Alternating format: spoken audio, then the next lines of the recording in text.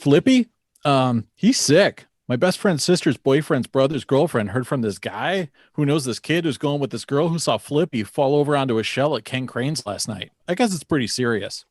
This is the Wolfpack, the LaserDisc Wolfpack, THX CAV Special Limited Edition podcast, High School Edition.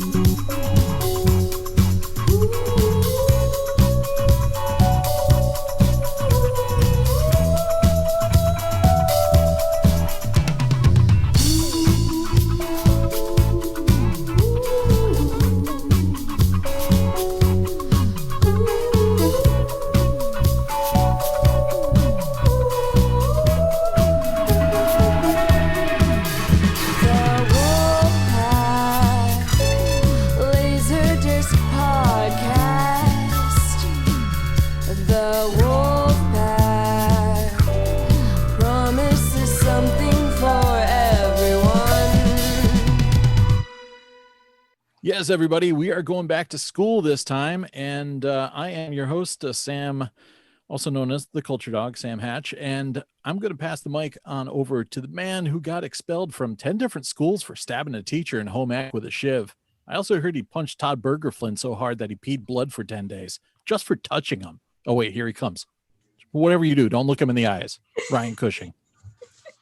Thanks, Sam. I'd like to thank your brother for buying me beer because I can't. And the official beer sponsor of this episode is Laser Snake by Three Floyds. I'll pass it off to Vinnie. Hello, it's Vinnie, your resident admin from the LDF, Walt Whitman Wildcats, class of 87, at your service, sponsored by Maxeene. Oh, yeah, I'm sponsored by Vision Streetwear. The Underground. Pioneering. We're pioneering. Maxeene, the LaserDisc Queen. Like, oh my God. I'm like in Southern California, don't you know? Tubular.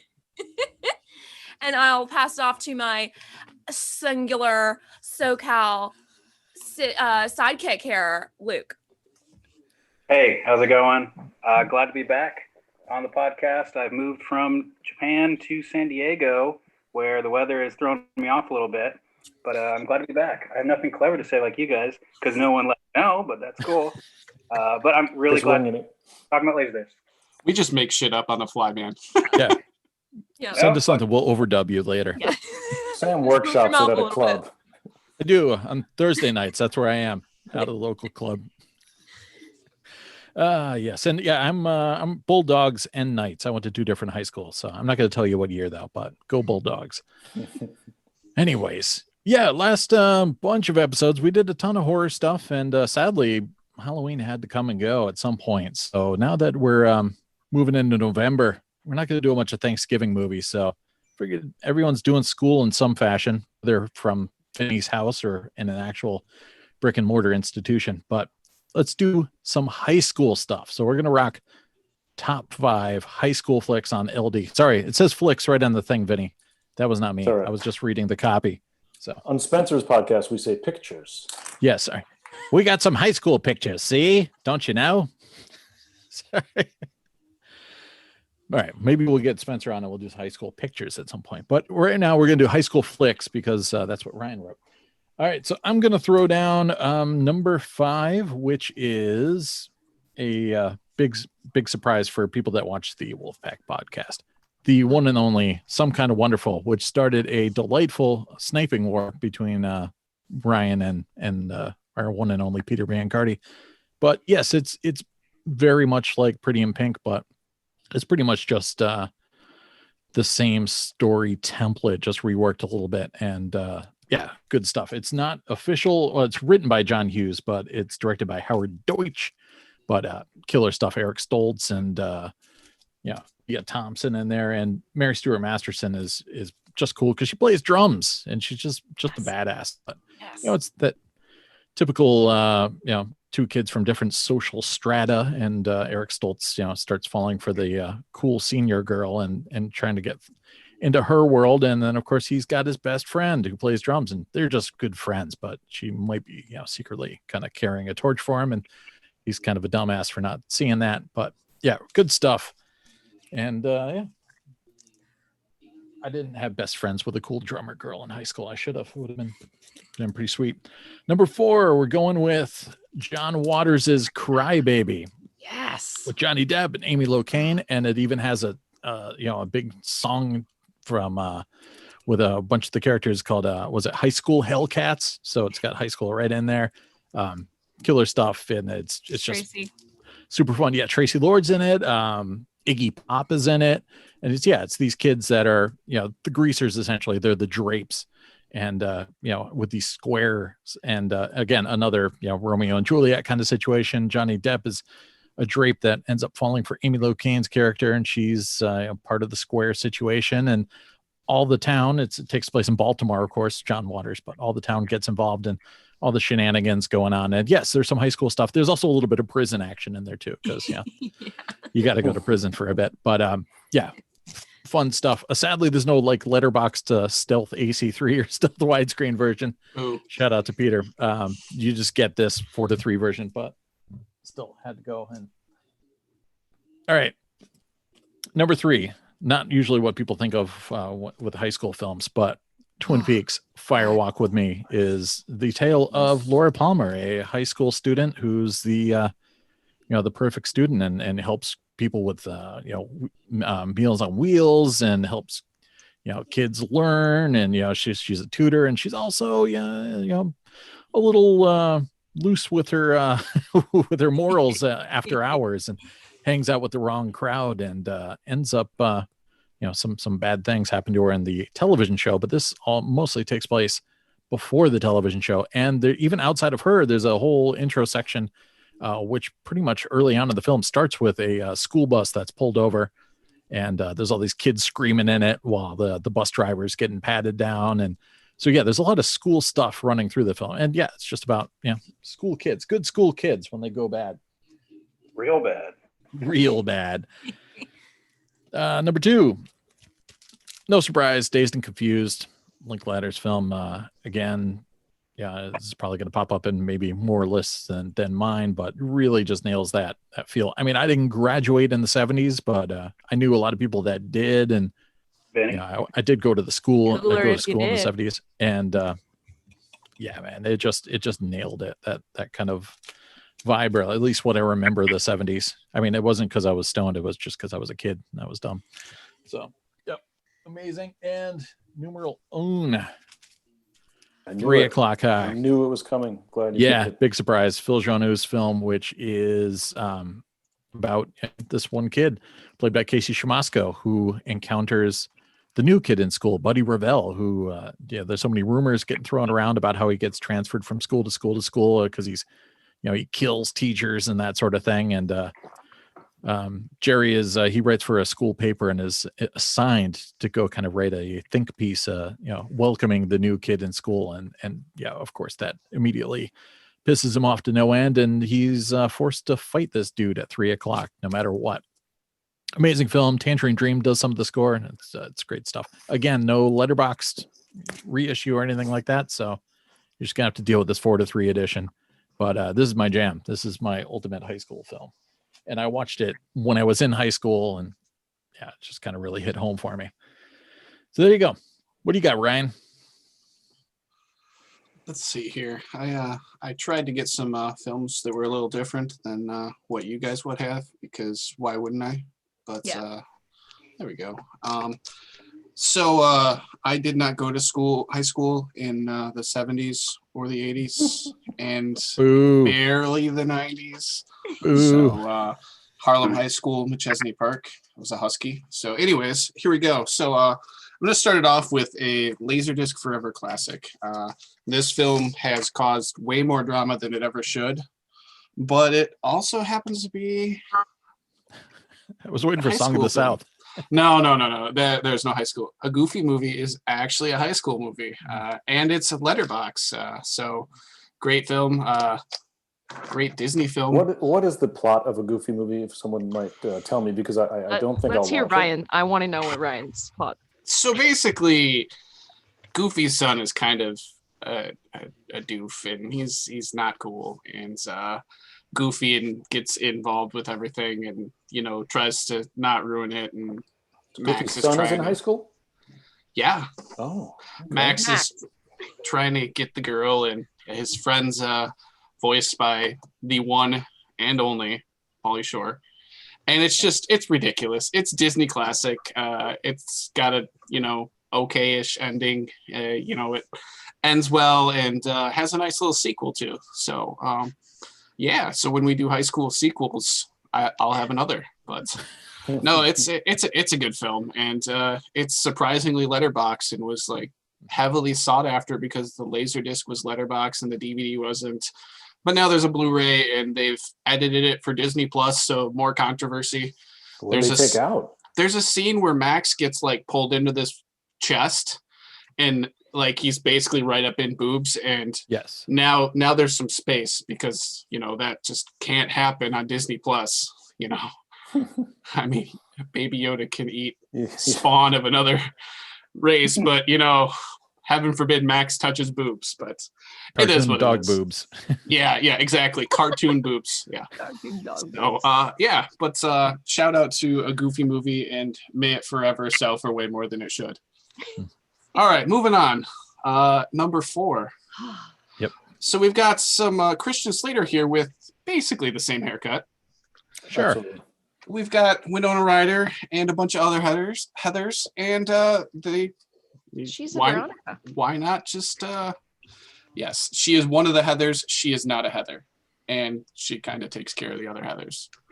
So it's pretty ridiculous. Christian Slater is crazy and kills people, and it's great for high school. Just a family-friendly movie. I need to get that one. That's the LumaVision one, right? Because yes, it is. my haven't image seen- rotted. Yeah, I don't see any rot issues with that one, but we'd have to check the database because I don't know for sure. Yeah, I gotta grab one. LumaVision house was rotted, so and Yeah. same type pressing. Yeah, they've had issues. Yeah. Moving on, class of 1984 with a young Michael Fox. Now, Michael Fox, you might know him as Michael J. Fox. But, I've heard of him. He's a chubby-faced high schooler, and he's just kind of like, he's not a main character per se. He is, but isn't. But like, there's this gang that's running the school, and this new teacher decides he's going to take him on, and it gets violent really fast, but in like a wholesome way. Sure, like family ties with switchblades. Yeah, exactly. So it's just, I think it's a great like horror flick. I think I didn't use it for top 80s. I should have, but I got another opportunity, and I did kind of know this was coming, so it made it easier to not bring it up. But yeah, I really, really like it, and it's pan and scan, but it does have the great Vestron. I love this. Like, shout out to Stamford, cover. Connecticut. Yeah. Was there a pressing plant there too? Sadly, no. I wish there was. But class of 1984 is really great, and I don't know how hard it is to find on LaserDisc. I've only ever run across a couple copies, so maybe it's getting kind of hard. I don't know. But moving on, we need some James Vanderbeek. Oh. Do we? Oh yeah. Okay, good. Just Uh, checking. Is that a drama? Yeah, I'd say so. A little bit. It's comedy too. But yeah, you've got James Vanderbeek, you've got Paul Walker, and you've got a Foo Fighters soundtrack and all kinds of other great music and football in Texas. I mean, what's more high school than football in Texas? Anybody? Nothing. Yeah, exactly. Maybe like murder or something, but maybe not. So really good movie, and it spawned so many other things, and helped to form the basis of one of my favorite movies, Not Another Teen Movie. Oh yes. Where the one character plays himself in both movies, so you can't beat that. But it's cool. just it's a hard to find movie now. Apparently, people like harder to find movies.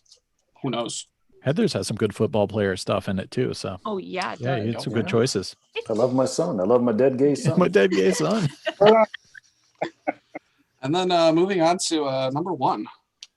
Oh, I There love it this is. movie. This hit right when I was a teenager, so just great comedy.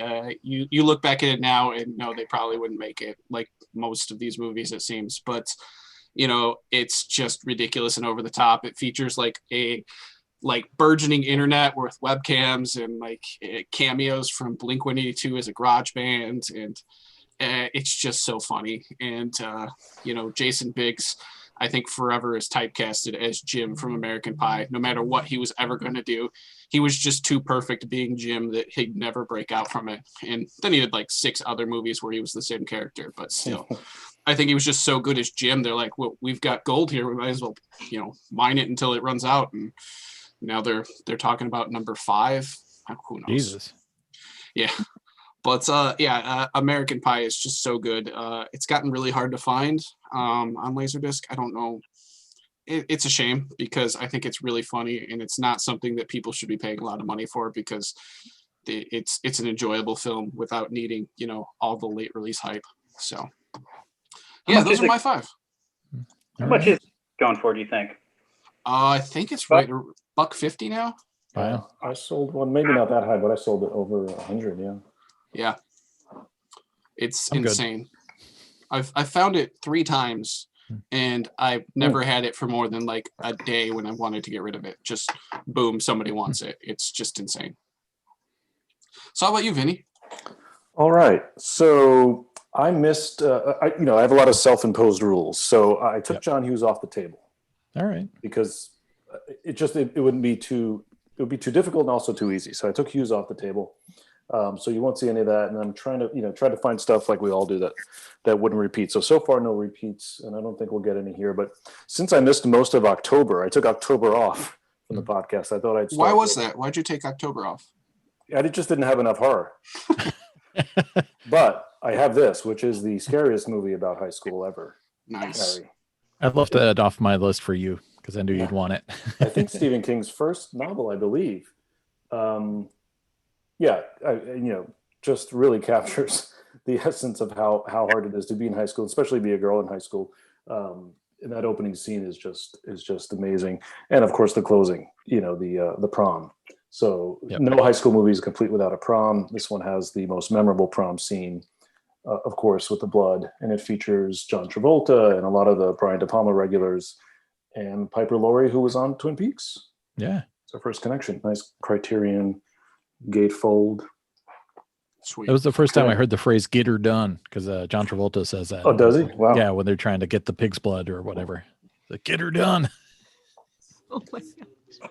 Then I also avoided both of the Savage Steve Holland movies, but I did include this one because it gets forgotten. And Good choice. I sort of counted as a third of that trilogy. It does not have John Cusack. If it did, it probably would have been a bigger hit. But Lara Flynn Boyle is in it. I didn't know I was going to have this Twin Peaks thread, but I love it. It's great. The main character is applying to the same high school as Lara Flynn Boyle. He wants to get in there, so there's a lot of sort of funny sequences of him taking all these tests, and because it's Savage Steve, he sort of brings the test to life, and he has the choices A and B are played by these other characters in his imagination. Anthony Edwards is in it. Really funny. How I Got Into College. Check it out if you've forgotten it. Little glow wrestling moment in there. Yes, too. totally. Yeah. I didn't think of this as high school at first, but then I did my research and I realized that Max Fisher was in the 10th grade. So it is indeed a high school movie. Just an absolute classic. One of my favorite movies, period. Wes Anderson's second movie. And I don't think there's a better one. I mean, Grand Budapest is better, but this is sort of still my sentimental favorite. It is a AC3 late release for those of you keeping score. Check it out. Good quality. And it brought that creation song to what a great the soundtrack. forefront. Yeah, and it was only sort of Scorsese and Tarantino who had been monopolizing the soundtracks, and then Wes Anderson came in and he's like, hold my beer. Got that Great. Oh Yo on there. What's that? The John Lennon song on there? The Oh, yes. Yoko? Yes. Oh. It's great. I read that it wasn't even on the greatest hits album of John Lennon, but he brought it in and just Amazing. wow, it's amazing. And screw you for picking one I picked. Oh, there we go. You got to have a backup. That's what happens when you go last. My number 2. I mean, Yes. I don't know if there's really, it should probably be number one. You know, Stockard Channing at 35 years old playing a high school student. Love it. You can't beat that. This was summer of '78. Yep. We wore out the cassette every day, you know, on the stoop listening to that. We'd always skip Beauty School Dropout. I think everyone did at that point. We had the vinyl, so we just let the vinyl rip and just play it. We'd fast forward, hit those big buttons on the tape deck and skip Beauty School Dropout. But the rest of it was sort of, it's funny because I haven't shown this to my kids yet because I don't think they're old enough. But then I'm like, I watched that when I was like 6 years old. Yeah, so exactly. I saw it when it first came out, so I was like, I just don't want to 6. explain like the pregnancy stuff. I don't know. I just don't want to deal with it. It all went over my head. It went right over my head. Yep. Yeah, Don't worry exactly. about it. I just saw cool cars and Right. Rydell High. Yep. Also, AC3. Yeah, nice reissue. Release, but it is it's a pretty good pressing of it. 20th anniversary widescreen. John Travolta. That's 2 Travolta movies on my list. He's not in Twin Peaks. Yeah. And finally, number 1, Say Anything. Excellent. Cameron Crowe's directorial debut. I haven't seen it yet, but maybe someone will pop into Fast Times. You know, Crowe wrote Fast Times, and this was his first movie that he wrote and directed. Lloyd Dobler. I mean, it's really just sort of quintessential. And, you know, kind of the closest to sort of my high school experience, not that this story. Same here. I was Lloyd Dobler. Yeah, right. I think we were all sort of we were the guys listening to The Clash and Fishbone. Yeah, wearing a trench coat, just like him. You never really get this, you know, this girl who's way out of your league. Yep. Just a great movie. And then sort of it has all the high school stuff, but then the underlying drama with John Mahoney, all that stuff is just so well done. And it holds up really well. Yeah, that absolutely would have been my number 1 if I owned it on LaserDisc. Yeah, there's so many movies that I just don't have. That's right. Yep. There's that great opening when she talks about having taken college credits, and in her speech she says, "I've seen the future and all I can say is go back." And I always think of that speech. Yeah. Sometimes I want to. There you go. There's 5. What do you got, Maxine? So I had one duplicate, but I don't know. It's a favorite. You could double dip. We'll give you 6. Yeah, go for it. I'll show it, but I have a backup. Okay. Oh, So- yeah. Honestly, this list was so good that this literally is number 5. All right. That's crazy. Am I the only one who saw that in the I theater? love Maybe this Sam one did, but so No, I didn't see it in the much. theater. I saw that in the theater, yeah. Got my Poster, LaserDisc. Oh yeah, there you I go. love that thing. Yeah, this is a moment right here. Nice. I love it. Yeah, I love this freaking movie so much. This is just so classic. She's just basically gets wine on her dress, and then she's trying to replace it when it's her mom's dress, and she has to put it back in the closet, and then he's trying to buy a telescope, and then he decides, oh, I'll buy you the dress, and then like I have to be your boyfriend. Yeah. And it's just Wait, but It's he's mowing so lawns good. and delivering pizzas, right? The That's pizza it? stuff, right? Yeah, amazing. right. This whole thing is just like, it's so good. And when he wants to sit with his friend, and like no one likes his friend anymore, and then he doesn't become cool anymore. It's like just goes through this whole freaking roller coaster of like how he becomes like actually her boyfriend from being like a total lame-o. So It's a journey. it's a journey, and it's a really good journey. Do they ever? Has They don't great use music. the song ever, right? No, Well, they actually, never played that yeah, song. okay. Yeah, no. Just making sure. Couldn't afford it. Right. No. So Heather's would be my number 4, and I love Yeah. it. So I'm going to instead, because also Ooh, Ooh. so we're going with Nuts. I almost did that one. I had that one and I forgot about it. That's awesome. really good. This one's Great really film. good. And this is So just good. she's from Hocus Pocus. Samantha Mathis. Samantha Mathis? She was She's in a- what? Broken Arrow and Mhm. I thought she was the younger. I thought she was from freaking Oh, Hocus Pocus. Maybe if she no? was really little, maybe. Yeah, that's what I thought. Maybe Hmm. I'm wrong. well, because Hocus Pocus was after that. So Really? oh no, Hocus Pocus. No, that was not That after would have that. been That was 87, and that's This is probably 1990. 89, 90. all right. So I don't know. yeah, We it's have got to clarify this. I might Yeah. be wrong. I All don't right. have to, you can't quote me on that, but I thought so. When I looked at her face, not her chest, because she's bare chested in this. But, Okay. I looked at her face and I thought it was her, but maybe I'm It wrong. might be my favorite Slater movie. I could think if I'm picking one, I might take that one. Oh my it's a gosh, contender for me, but Well, Heather's is great too, but Yep. Heather's is a Winona Ryder Listen vehicle, to whereas this, though. yeah, He's Bob- like, this is very he's tough. good, but that's her movie, whereas that's hit. I know. you'll he- see mine later tonight. he's more like shy in person, but then he's the crazy guy on the radio. Yeah, the shock and in jock. this, he's crazy guy all day long, every day. That's his vibe. So I don't know. That is a tough choice. Yep. Okay. So Reissue. reissue. So sneaky, so hard to see. Yep, that Yep. little pink little remastered there. Yep. This is a tough one to me, because like I really like the Some Kind of Wonderful, but this one to me, because I just love that she's so fashion and she works at the record store. It's got the and I record work at a store, yeah. store. And so I totally relate to her in the record store thing for sure. And then just like having the crazy, I mean, freaking, Andrew McCarthy, but I agree. She probably should have picked Ducky, but like, because he's cooler. He's cooler because Blaine. Like, come on. Blaine. Blaine. Like, no. It's not a name, that's a And he household doesn't appliance. freaking- No, it's not a name. Like, what? No. But anyways, I mean, I get it. Like, realistically, she's like, she wants the house. Well, he lives in it. So Yep. that's probably how you'll get there. Like, Goals. like, I get it. But he's hands down cooler. So, So All right. good. But And yeah, probably it's the always most holds a important special place. soundtrack of my Oh. life. jeez. Really? Great. Okay. Yeah. That one, oversay anything, huh? Yeah, it came before, so like that was All right. sort of set me on the trajectory for Okay. that music forever. OMD and New Order and all that. All right. I'll let you do it. Ooh, Ooh. nice. Nice. Speaking of soundtracks, This is one. I'm not This sure right I've here. ever seen that Laserdisc. That's amazing. yeah, is I need to great. get that. This is LumaVision again. great. Yes, I know. It isn't. I have had more than one of these and neither one was rotted. So Excellent. from personal experience.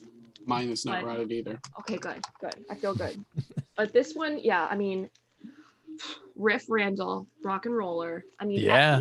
everything about this film is just like, I watched this when I was in high school, and my dad actually bought me the DVD of this when I was in high school for Christmas one year, and I watched that thing. I don't even know how many times I watched that. I fell in love with it. It was like the best. And so this was actually one of the first like Laserdiscs I really sought out looking for. So this I've had for a very long time. I absolutely love this movie. Could not recommend it anymore. The mouse, having the mouse where they're like this, They make it listen to the Ramones. and then he like shows up to the concert and they're Yeah. like, oh no, you're gonna need the earphones because it's loud in here and you might explode. Like, Classic. I mean, it's so good. It's so good. And just like Ron Howard's brother. He's great. Okay. Yep. So number one, without a doubt, 100%, no question. Grease 2. Absolutely Rider. no question. This is I have watched this probably like a thousand times. I'm not even Damn. joking, because this was on repeat on VHS when I was pretty much like age 7 through 12. Like, so that's a lot of viewings of this film. And I would always skip the ending because I friggin' hated that song. It's the most Which one was the end? ending ever. Yeah, I what's the would song? hands down agree. The Grease 1 ending is way better because Yeah, it's, yeah. the will, like Right. be We'll be together. together. Yeah. The big So one, it's happy, right? This is we'll be together. And it's just Oh, so right. friggin' I'm like, no. I never Overwrought, watched the yeah. ending as a kid. All But right. I loved every other part of this. The talent show, I mean, legendary scenes. Their car, when the pink ladies show up in the pink Studebaker, I mean, it's just like, and the freaking, you're either a biker or a biker's old lady. And it's like, I mean, it's so good because it's all about motorcycles too. And I love cars, but I liked the difference that he is the Sandy and he's supposed to be like Sandy's cousin even. And I like that he normally plays like a total like kind of skeezy guy, like, because this is like Rex Manning, right? From Empire Records. Empire So Records? totally different vibe here. His name is Michael. Oh, my favorite scene. If anyone is named Michael, I immediately think it's Michael from this freaking this teacher.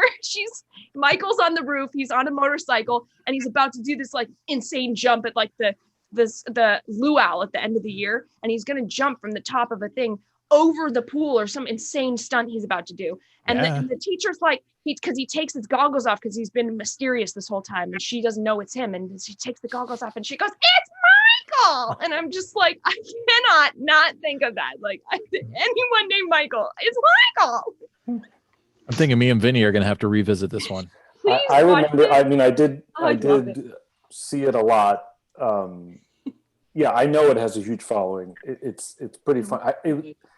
I feel like Grease was definitely more like boys were into it because, and this is more of a girls movie. I don't know why. Because it's role reversal. Yeah, right. You know? All right. But yeah, I totally like. I forgot about Comfortable love too. Her jacket too. Her pink lady's jacket is reversible, and like that has been a dream to me. I just want that jacket. I've always wanted that jacket. You're gonna make it. I mean, yes, please watch this. Give this a freaking fair shot because a lot of people. Is there a good widescreen? Is there a good Blu-ray? No, this is the one and only one. I have this, and I have a sealed one just in case because I love it so much. So. Yeah. All right. I'm gonna revisit it. Please, yes. I'd like to know your thoughts. Yeah. So I saw it on cable once, and I was like, "This isn't my Grease," and I just like kind of tuned out. Not. But you have to look at it with fresh eyes. And Exactly. Give it a shot, guys. Enough time's gone by. I can do it. Okay, Luke, what do you got? Oh, okay. So I have some doubles, which I hate, but the first one is The Rushmore. This movie came out, it says 1998. I was graduating high school. This is the first like Wes Anderson movie, like with his style. There was Bottle Rocket before that, but that I didn't have the signature Wes Anderson whatever. This movie meant a lot to me when it came out. Like it's just a great movie. Like Max Fisher, he's a terrible character. Like he's a horrible person, but you still love him. And even the story is crazy. Like he falls in love with the teacher, but it's like, no, like that's ridiculous. Stop being, you know. But I love this movie. This copy is sealed. I refuse. I have a weird thing about opening sealed discs, so I've never watched it. I've never watched on LaserDisc. Wow. Even my wife was flipping through my disc once, and she said, "Oh, I want to watch Rushmore," and it's sealed. I can't open it. And I was like, "Oh, nope, you can't. You can't open it. Keep going." I don't know. I don't know if you guys feel the same way about that, but I guess if it's something I've seen and it's sealed, if it's something I've seen and it's sealed, and I don't plan to watch it, I guess I'd leave it sealed. But yeah. I mean, I don't know. I have a weird thing about it. Something like that. Like I would try and find a cheap one, not sealed, and then sell it to some crazy collector who won't open it and frame it, just because. Yeah. Good tactics. I don't see this much. This is a late release. I don't see it. I don't see it around that much. Yeah, neither do I. Great movie. Bill Murray, like that was the first time Bill Murray came back as like a, it's like, oh, Bill Murray doing a different kind of role, a serious role, whatever. Anyway, next one, of course, this is my Japanese say anything. nice Lex. Cool. Look how sexy. Oh, is that the phone booth on the bottom? Him in the phone booth? Yeah, I gave you, what did you say? I gave you my heart. You gave me a pen. Yeah. This movie, again, saw it in high school, and I'm sure like you guys, it's like, this movie taught me how to be a man, not a guy, but like a man, everyone wanted to be Lloyd Doppler. Hell yeah. He was unique. He was himself, but everyone respected him, so he's not an outcast in any way, but he's still himself, which was like, I want to be that guy. Okay, here we go. It's a little bit more different. Here is Toy Soldiers. Nice. You guys know this one? Yeah. I've never seen Red Dawn. I've never seen that movie, but I have watched the fuck out of Toy Soldiers. You've got basically the story is they're in a prep school. They're all like rich kids, and a bad guy comes and takes over the school, for ransom, whatever, and they fight back, and they take it, they take the school. But I watched it on the ship. it's still pretty good. The action is really good. It's a solid movie. And the Japanese release got that, the helicopter explode. What more do you need? All right. So last two are. I thought one of you guys would have got it, but you didn't. So this one is just Scream. Oh, Nice. Scream. Set in high school, So yeah, it's a high school movie. I had a friend once who said, every holiday you have a horror movie. Every holiday has, So you keep doing horror movies all year round. It doesn't have to be October. But this disc in particular, you've got the only version, the uncut version of it, which adds 20 seconds, and you think, 20 seconds. It actually makes a difference. Like the kill scenes are like a little bit more gorier. Those 20 seconds really add up, make it pretty good. And this version's got the sticker on there. It's got the horror sticker on there. I mean, so let's see. Last one. This is Nice. Yes. My Yeah. HK. Hong Kong faculty. So Got a cutout in the center? Yeah, they have them on the back. Oh, they all do Sometimes. that? No, sometimes. I think it's one manufacturer does it. Yeah. That's neat. So this disc, I'll talk about the disc first. So when I first started getting to LaserDisc, I would talk to Moiki a lot, and we would talk, and he just said, "Hey, I've got the regular the American version of the faculty. Do you want this Hong Kong version?" I said, "Sure." So he just sent it to me, And I think this is one of my only Hong Kong discs. I don't have many of them. But it's just like that. I was like, this is the kind of group that I want to be in. This is the kind of people I want to talk to, who just like send free shit. I'm like, so this is great. But also, this movie came out when I was in high school, and it's basically just the Breakfast Club. It's like, how can we get these, these different people, these different cliques or whatever. You got basically Bender here. You got what's your face, Ali Sheedy here. You got Emilio Estevez. You got, of course, the alien. Okay. And then you've got what's his face, the nerd, and you've got the Pretty in Pink. There you go. I'm sure you all know what I'm talking about. But it's like, and then what brings them together? Not detention, but an alien. And it's just a great movie. I really enjoy it. It was the movie for that time and that time of my life too. I really enjoyed it. I have never seen that. You gotta see. Now the names on the cover. None of those kids are the people on the cover, right? Like Elijah Salma Hayek, Robert. Oh yeah. Right? So Josh Hart. Oh, that's Elijah Hart. Wood, Okay. Got it. and Robert. Good to see. He's the coach, and then Salma Hayek They're is teachers, I assume. Yeah, the teacher. Yeah. So Robert Rodriguez directed it, and what's his face who wrote Scream wrote it. Mm-hmm. It's just a fun movie. Jon Stewart's in there, like back when he was trying to be a movie star before The Daily Show, and back when Robert Rodriguez would always have Salma Hayek in all of his movies. Yep. It's just a fun movie. Cool. And that's pan and scan, right? It is. So that's the reason why he gave it to me. He's like, I don't want the pan and scan it. I want. Sounds like Moiki. That's cooler though. Like. Yeah. It was one of my prize. It still is prize disc. I love it. That's it. That's 5. Nice. Got to see The Faculty though. It's a good movie. I will. That's your homework, Vinnie. I totally forgot. I sold you mine, Sam. I had it for like a minute. Yeah, you gave me a bunch of cool stuff. Yeah. I think I got a Scream from you too, or maybe a Scream 2. I don't know. Oh, I think it's Scream 2. I still have a Scream. Yeah, well, that's cool. I'll check it out. All right. Well, good choices, everybody. Good. Thanks for coming back to school. And it was just one of those fun things because I don't actively collect high school movies, and a lot of my favorite ones are on other formats like these tiny discs. So obviously I have surprised. Obviously I haven't said me. anything. Yeah. But so we're gonna do a Wolfpick. I don't know if Luke was around. Yeah, we weren't doing the Wolfpick the last time. No. But there's a new segment in town. It's a throwdown. It's just basically one film / LaserDisc versus another, and we have to kind of hash out there's no real time limit, but we try to do it within a minute, which one we prefer and why. So this week we're going to throw down and this helps because nobody picked much for John Hughes stuff. We're going to face off with Weird Science versus The Breakfast Club. Oh, that's a touch. Vinny tried to avoid this exact conundrum. Yeah. So you guys simmer on that for a second.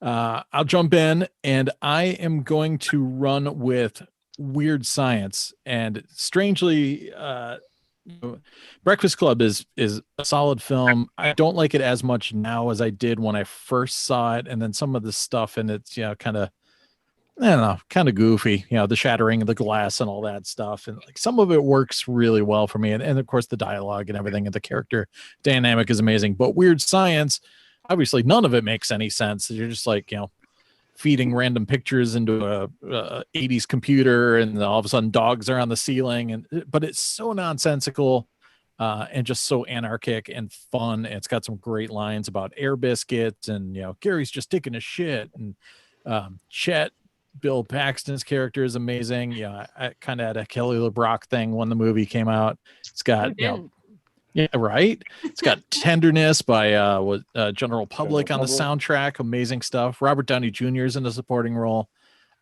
Yeah. So I'm going Weird Science. And first top thing, Oingo Boingo did the theme song, and I'm a card carrying member of the Oingo Boingo Secret Society. So Weird Science.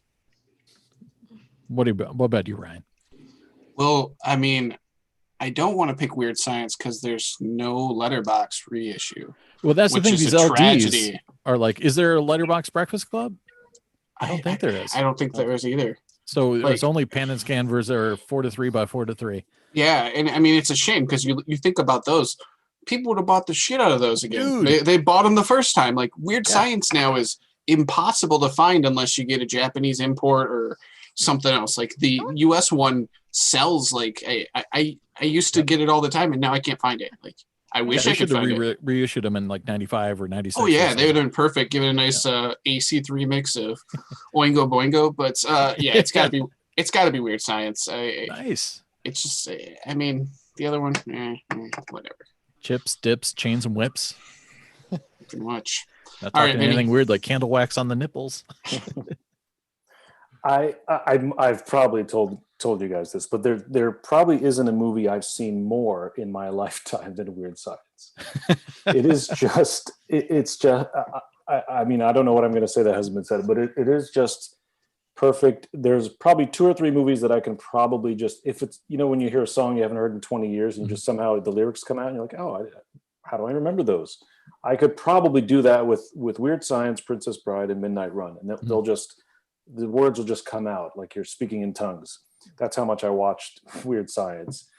Yeah, Breakfast Club is definitely his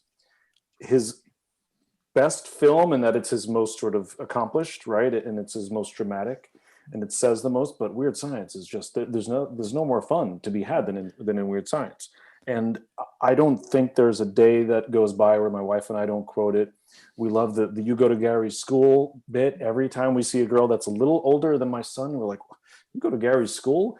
There's a line for everything, and it's a lot of fun. And all those great performances, as you said. So for me, it's clearly Weird Science. Nice. And I bought it when I guess it was easy to buy. That was my first sort of complete 7 on my wall there. And it is one of the 7 movies Hughes directed in that 5-year span. And, it's great. It doesn't get a lot of respect, obviously, from a cinematic point of view, but it is packed with jokes. I mean, every shot there's something funny going on. So Weird Science. Excellent. Oh, this is very tough, but I'm picking Breakfast Club. All right. Someone had to do it. I had the John Bender poster on my wall with the feet kicked up that said, "Being bad feels pretty good, doesn't it?" And I had that on my wall when I was in high school. So, I mean, that movie absolutely, totally made an impact. I love 80s films, and it's definitely in part to seeing that. And I had the soundtrack on CD, and I'd play that in the car driving to school, and oh yeah, totally loved Breakfast Club. I saw Weird Science after Breakfast Club. So it didn't, I mean, I loved it. I still love it, but it still didn't make the same level. It's just if I'd seen the other one first, it probably would have made a slightly different impact. I feel like that in a lot of ways on certain films, but for sure Breakfast Club. There's 5 of us here. I'm looking. So if you had to match yourself with a character, who would it be? From the Breakfast Club? From the Breakfast Club, yeah. Man. Who were you in high school? Who was I? Well, okay. I Closest to. was probably somewhere in between Ali Sheedy and Molly Ringwald, because I was very like I've always kind of kept to myself. Like I'm from the school of you kind of don't speak until spoken to, in a sense, like in like a more just like social sense. Like I'll normally wait for people to talk to me, but I'm always very talkative when somebody talks to me, but I don't normally start a conversation necessarily. So that was kind of more me. I was quieter than just because unless someone came and talked to me. But I had hot pink hair, and I've been crimping my hair for years. Like I had hot pink crimped hair. I wore spandex pants and freaking studded belts and like Iron Maiden shirts. I had every pair of the Iron Maiden Vans high tops. Like that was my look at school. Like, so I was like very fashion, more like Molly. So somewhere in between the two of them. I'm definitely closer to Anthony Michael Hall. I mean, I was never a jock, and certainly not as cool as Judd Nelson.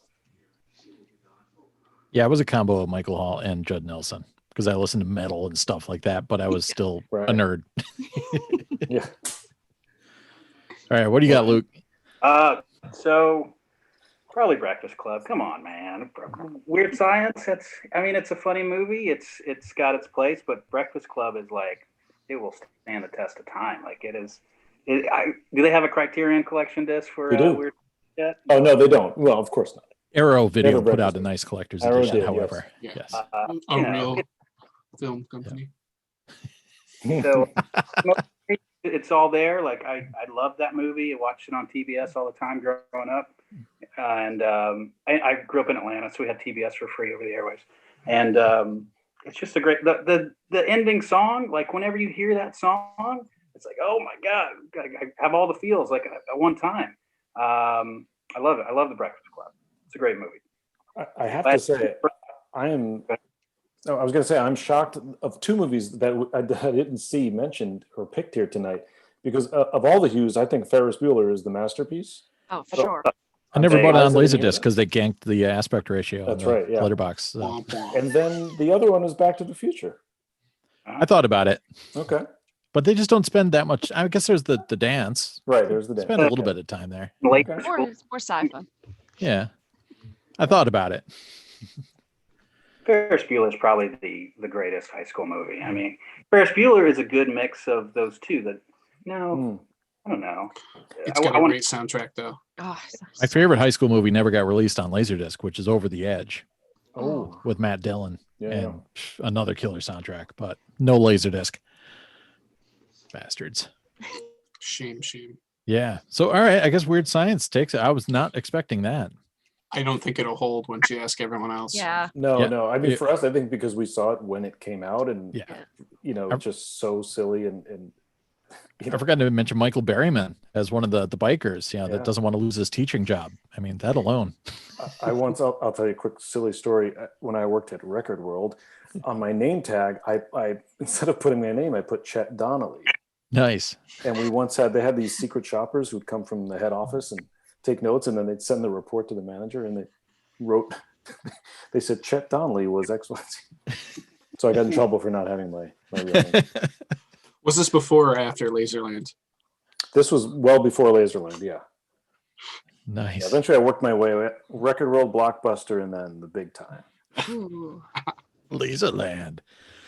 All right, Chet Donnelly. Well, thanks for your votes, everybody. We're going to throw it out to the LDF crew as well. See what happens. The last episode, we did a John Carpenter throwdown between Village of the Damned and In the Mouth of Madness, and Village of the Damned got trounced, as I expected. I think it only got 2 votes, and that was only for the DTS version. So every other vote was for either comedy, nonsense, or In the Mouth of Madness. So there you go, the Wolfpick. Now we're going to move on to recent pickups. So get your stashes together to show everybody. Oh yeah, last time I didn't get to show this, but I'd gotten from our buddy up in the Great White North, that is Massachusetts, Bill had hooked me up with a Hall research little device. So I need to connect this to my system here. It's a little tiny thing, but it only pumps out. It takes S-video or, of course, some component or composite, but it only pumps out like VGA. So I need to get a little converter to hook it up to my TV up here. But it's so cute and compact. What does it do? I love that. It's just a little like upscaler device. It's got a good comb filter in it, and it's got everything you need. A little cute little box. Supposedly it's punches above its weight class. It's supposed to be a pretty good little box. So I'm gonna hook it up here. And It will sell out in a matter of weeks. It will, exactly. Hall Research TVB 400. Is that what it is? Yeah, TVB 400. There you go. It is now $400 on eBay. Right now. Yep. Go get your copy. For your unit. I got a box in the mail from a viewer, Paul. So thanks, Paul, for sending these out, including one that you get it out of your collection and that comes right back in. So you got to have the Busby Berkeley disc. So I got rid of mine. I forgot. I think I foisted mine off on another Paul from. I've actually almost bought that many times. You want it? I can hook you up. I know a guy. All right, so it's cool. Good stuff. Also, can't have too many copies of Criterion Blade Runner. Oof. And another CLV one. So how many are there again? How many? There's an alpha, right? How many What's that? editions are there for Blade Runner? Just overall from Japan and No, for Criterion. There's just the two. There's like two pressings of the CAV that's number 19 and number 69. Yeah, 3M screwed up and did a bunch of rotters, and then Pioneer repressed it, and then this number 69 CLV edition. Oh, it really is 69. Okay. Yep. It is really 19 also. Yeah. And I absolutely refused to go see this movie in the theater because I was a big fan of the original and of course Brandon Lee, and this was like such a shameless cash grab. But I did watch it on a bootlegged VHS and threw socks at the screen. But it's got Iggy Pop, and I guess I still got to have a copy. I guess it's got some killer White Zombie on the soundtrack and fun stuff, and it's AC3. So this is the way to get it by just. You threw socks at the screen. Let's talk about that. Did you take your socks off, or did you bring the socks with you? Yeah, good question, because this actually needs to be hashed into. Yeah, so all right, the whole deal was my other buddy. We were Crow super fans. We went to go see it. Yeah, we didn't dress up like the Crow. Actually, he did once. I didn't dress up like the Crow for Halloween. Did you at least have a trench coat? I did, but I didn't really wear it as much at that point. But I did have like a leather trench that was almost identical. But anyways, that's besides the point. And I used to go to Hot Topic and hell yeah. But I saw it like 10 times in the theater, and I was a huge fan of all this stuff. So when I was all right, well, that's it. They're done with it. Don't do any more movies. Don't like kind of walk over Brandon Lee's grave. And they're like, it made money. Let's immediately do another one. And I just wasn't feeling it. Casting wise, I had some cool people in it. So I was like, I'm not going to watch it. And I refused to watch it. And he's like, all right, well, I know a guy who pirated the VHS copy. I'm like, good. They're not going to get my money that way. I'll watch it. And he just happened to be doing a lot of laundry at the time and had a giant basket full of tube socks, like shit tons of them.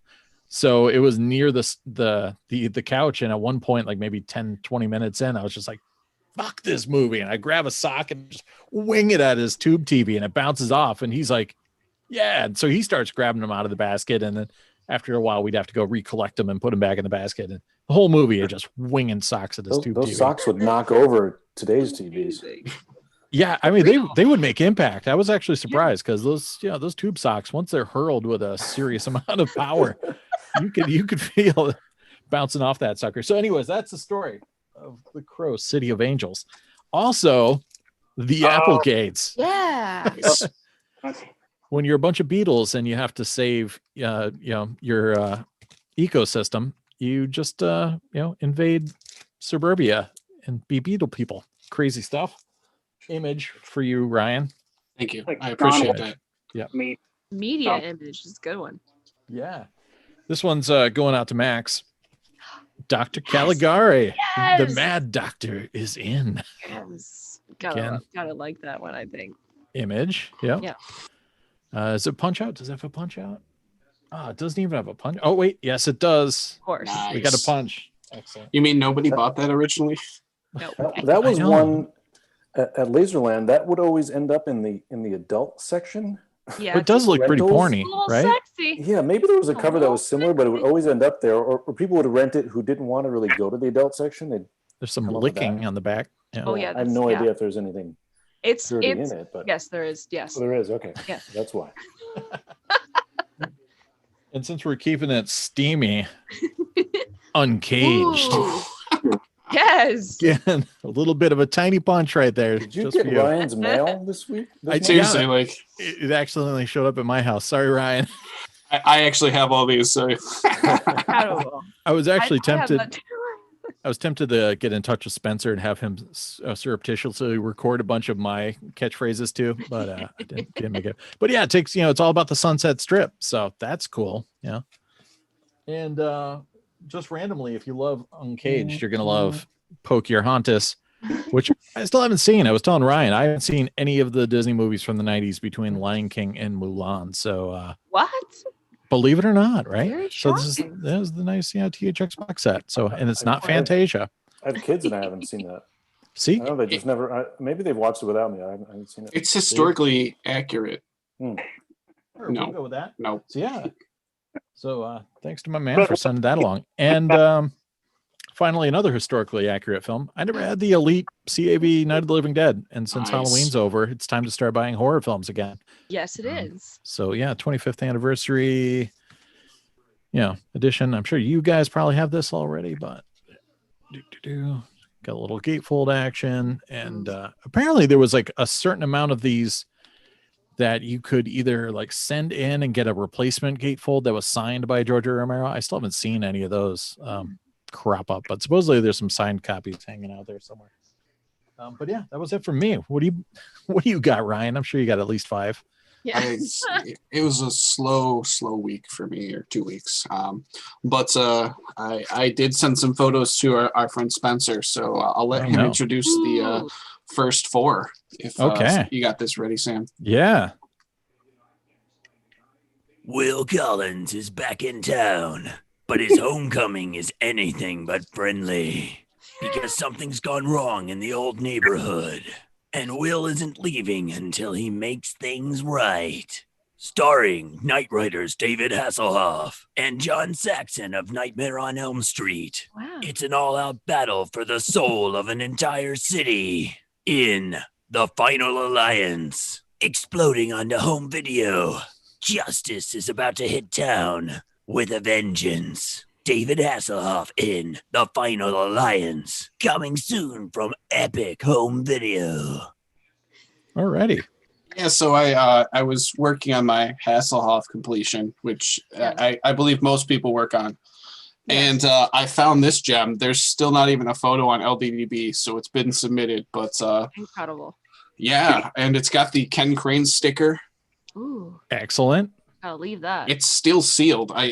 Nobody opened this. I go figure. But yeah, so I'm really looking forward to that. Oh my God.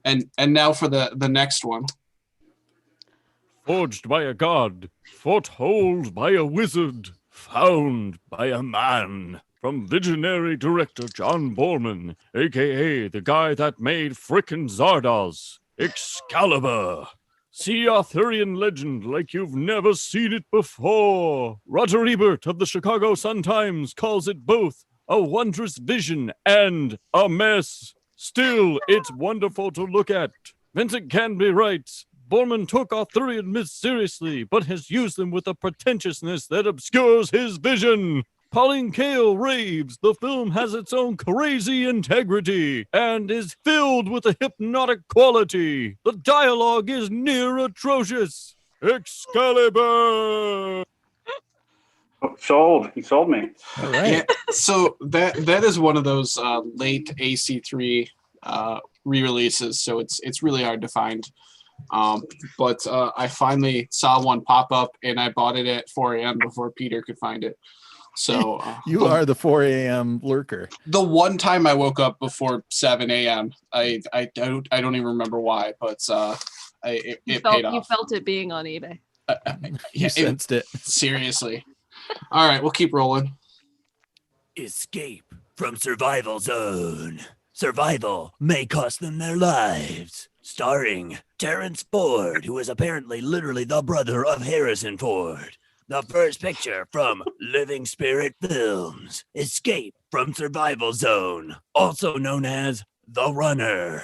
Also known as Survival Island. They totally have confidence in this movie, so it has at least 3 different titles. Escape from Survival Zone. So this is a nice AIP. Yeah, and it came sealed from eBay from some guy named Compost Mortem, and I'm sending him the shout out because he also sent me this. Rad. Designed to mimic humanity in every single way. Born in a laboratory. The creation of science. A creation of life may become an instrument of death. In Prototype, this 1983 TV movie of the week actually has a pretty good idea, decent reputation, and got pretty good reviews at the time. Starring Christopher Plummer and David Morse. It seems someone at the Proterian offices screwed up and actually sent me something with real merit. Prototype. It may be made for TV, but that doesn't mean it can't rock your world. Some So important information there. yeah, but also sealed. So for some reason, nobody watched anything that I bought. Go figure. But yeah, so thanks to Spencer for that. Oh my god. I know he looks forward to the photos I send him as much as I do. All right, rolling on. Picked up a nice little DTS. Ooh. Thank you, eBay Alerts, for this one. I've been looking for it forever. I've never seen it, and I've never even run across an AC3 copy. So that was really cool. And then I think it might have been the same guy had this one too. Ah, so jealous. I've been looking for Yeah, that. I'd been wanting this forever, and I passed on so many non-DTS copies, and I'm like, I want to watch this, and I finally dried got a up. DTS one. Yeah, Hard. Thanks, Peter. Yeah, I know. That's like his new hobbies, just ruining collecting kind of circles. No, he's not paying $8,000 a disc or whatever. Yeah. But anyways, rolling on. I finally scored Battletruck. What? This is a ridiculous cover, ridiculous premise. I'm really looking forward to it, and it's complete with the Obi. Luke probably ran across like 4,000 of these when he was in Japan. But I'm really excited about that. First Killdozer, now Battletruck. And I'm not done. Don't worry. It's never done. I also scored White Line Fever. Look at this cover. You've got literally a semi-truck exploding through like something. Incredible. I saw that in the theaters, I think. Triangle OB too. Proper. Yeah. So I'm a sucker for anything with a semi-truck. It can't be bad. I mean, name a bad semi-truck movie. You guys can't. Yeah, Convoy, good movie. Maximum Overdrive. Good movie. Good movie. Yeah. Luke, I caught that IKEA joke. I was thinking that too. The Expedite. Looks like he's breaking through that. Yeah. Hopefully it wasn't full of laser discs. I'll find out. I'll report back eventually. Nice, our boy Mark. This is Crying Freeman for those of you who don't know. I've been looking for this and popped up like they do. Apparently they made lots of laser discs in Japan. I keep finding that out. So I love how you say I've been looking for this as if other people also have been looking for them. This one I think people might be because there's no US release, I don't think. There's like a French release and maybe like a Taiwan release. So it's high-ish profile. Yeah. And it's based on an anime or something. Yeah. I don't know. No idea. But yeah. And then I got a late release in here. I believe this is high school related. Stop it. And it's still sealed. Flexing. Yeah. Well, I mean, I'll open it. Next time I watch this, you'll see it'll be opened. So yeah. I think our friend in Russia had that one. Oh. I think. He probably had it. Probably still doesn't have it. Who knows? Sold it. Got it back. Yeah. Right. That's what you do. I got this bad boy, Chinese Box. It's a Hong Kong only Jeremy Irons film. There might be a Japanese version, but this was not on LDDB. It is now. So, random eBay purchase. I Neat. can't stop myself. And then I got a couple more Hong Kong things. Some of these were from Joe from LDF. This is a sweet one. It's called the Storm Riders. Oh yeah.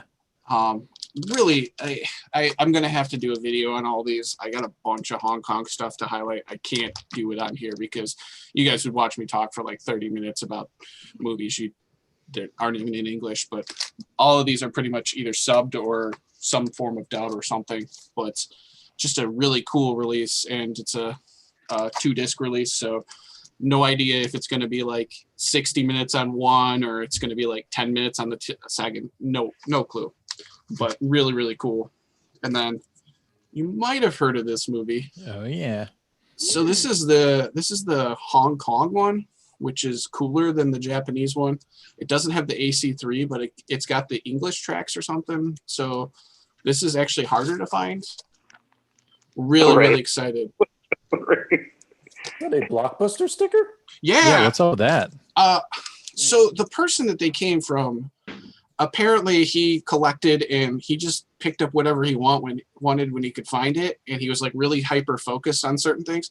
So no idea what Blockbuster on earth was renting this, but that had to be the coolest Blockbuster. Wow. Because I mean, that's just awesome. Yeah, most of those HK discs were marketed for rental. That's why they split them into 2 a lot. So yeah, there probably was a Blockbuster just full of Hong Kong discs. And I believe this is like 121 minutes on one disc. So wow. Yeah, it's one of those that like push the edge of the format. Instead of splitting it in 2. Wow. Yeah. And then one more Jackie Chan. Well, not one gorgeous. more, but gorgeous. And this is impossible to find. I never see that. I just thought it was like some random Jackie Chan film. No, it came out after Mr. Nice Guy. Yep. And so this is also another like really cool one. So all of these I've updated and submitted photos for. I don't know when they're going to go through, but I'm pretty sure Julian's getting mad at me because I've been putting updates through nonstop. Stop buying things, punk. Yeah. And then I here's 3. I got 3 in a row. This will run it off. And 2 of these I submitted. So I submitted this. This is Jackie Chan, My Story. So it's a documentary. Tiny disc. It's good. Yeah. But this didn't exist on LaserDisc database. Yeah. So really, really cool. And then. Do you have the counterpart? Of course. My stunts. So yeah, these are really cool. And like Joe had handwritten notes when he was looking all this stuff up, but like they're really awesome. And I'm just so excited. And I picked them up in October and I was like, well, I can't watch them right now. I'm watching all horror. So I just kept cataloging. So I went through and, added all these mint marks and all these little things. And I do like, 20 of them. And then I just have to stop because like, okay, I just added 20 to my collection and now I've got to add mint marks. And it's work, but it's totally worth it and really, really cool. And then one last thing. This is Cthulhu Mansion. So this is, it's like Hong Kong or no, this one's Taiwan only. And oddly enough, it was just announced as a Vinegar Syndrome release coming out next year. So I believe there's only 2 known copies right now. I'm sure other people might have them. It's kind of all over the place. It's these people kidnap this magician and bad things happen in his house. And it's so ridiculous. And it's got hard-coded Taiwanese subs. And it stars Melody Shatner of daughter of William Shatner fame. And so, inspired by the writings of H.P. Lovecraft. Yeah, so she's inspired. She's just one of the characters. It's something, but inspired. Yeah, I'd say inspired is the right word. But, definitely. Yeah, the quality is there a little bit, but yeah. So I picked up a lot of crazy stuff, and I have more to come whenever or whatever. But yeah. So Vinny, how about you? Yeah.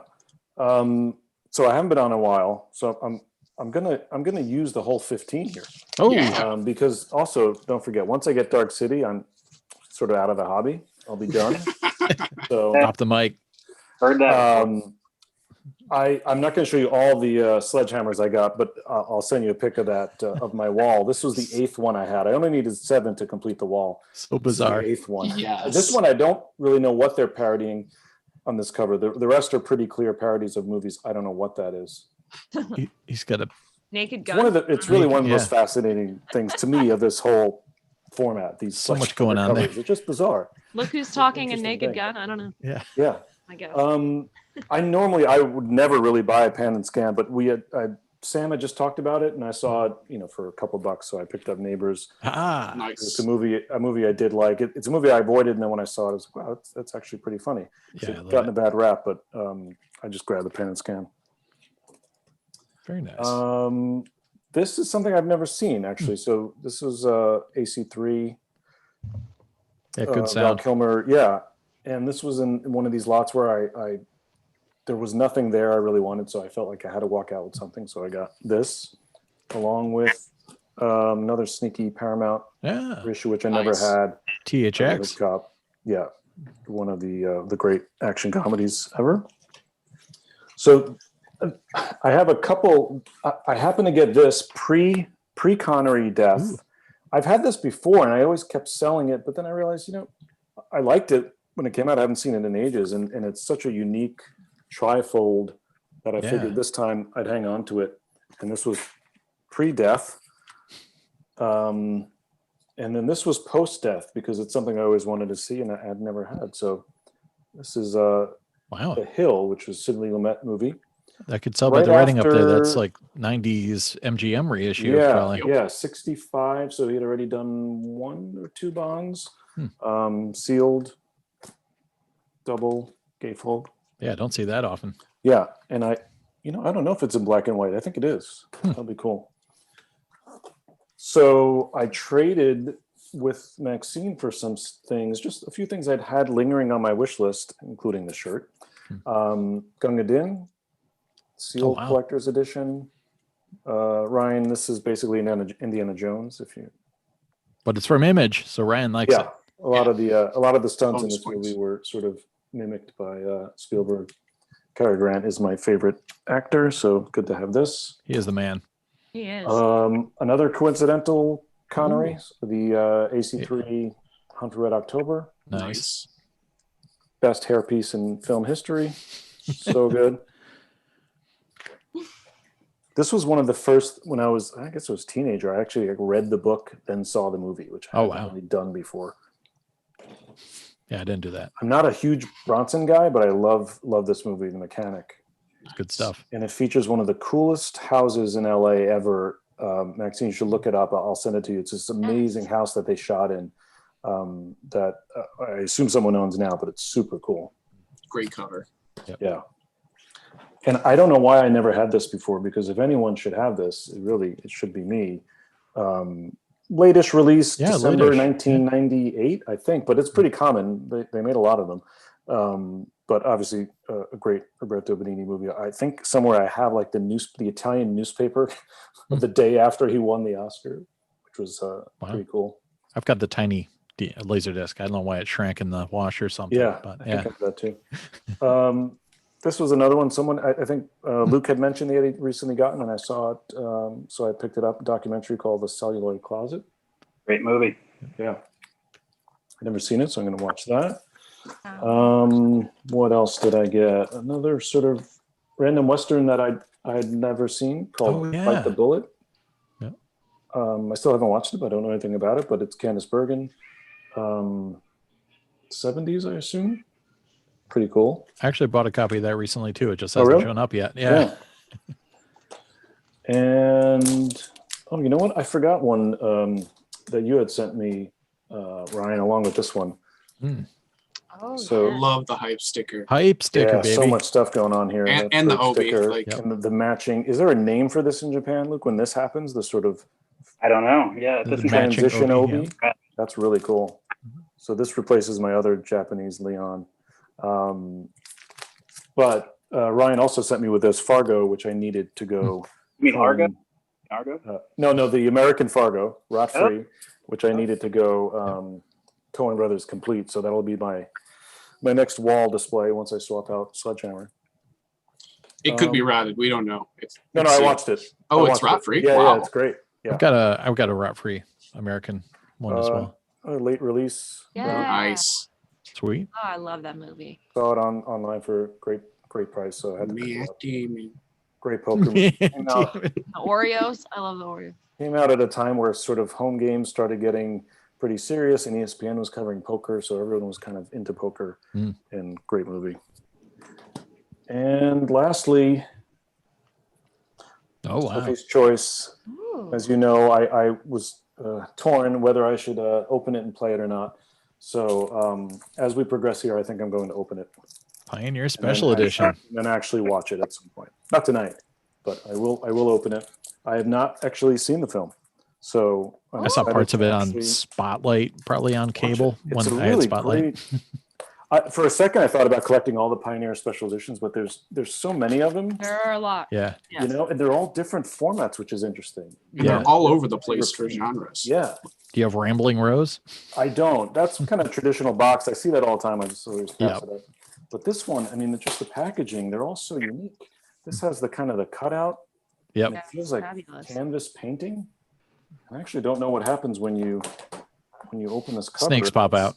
Attached or not? Yeah. So it's attached. It's in here. It's Oh, it's not like a out, slip kind of thing. but Yeah. it's How attached. cool.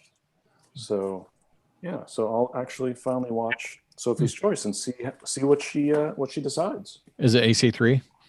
I think it's Probably mono. No, it is not. It is a Dolby Digital Stereo from Pioneer and Polygram. So, yeah, and it's got a commentary track, and it says here new high definition down conversion widescreen transfer. Yeah. So they've hit every word they could is in there. Yeah, it's back when they were doing HD masters, but they would just kind of dump it down to standard def. Pretty cool. So that was my busy month. For me, that's a lot. Yeah, that is a lot of discs. Yeah. Okay, Maxine, what do you got? Congrats. Okay, Laser Cat. Laser Cat. Oh. Ding ding. All right. Laser Kitty. It's time to go now. Okay. Okay, so I have some swag things to show. Ooh. Oh, what do you got? Okay, so I was very, very stoked to find the matching shirt Oh, dude. to the sweatshirt that I've had for a very long time. I've always loved this print. Oh, It's that's the cool. weirdest I thought print. you were wearing it. That's amazing. Isn't that Yeah. cool? The old tuning fork logo. Very yeah, cool. but just the Wait. Pione. Does the rest Damn. continue on the back? No, it's just. There's, So, like, there's no I ear. love it. It's so weird. That's so funny. Ion. Right? But yeah, I've had this sweatshirt, which is the same image. I've had this sweatshirt for a long time. Maybe there's someone out there with the half the N and the I know. ear. Please, Yeah. if you're out there with the other half, let me see. You can meet up, take a picture.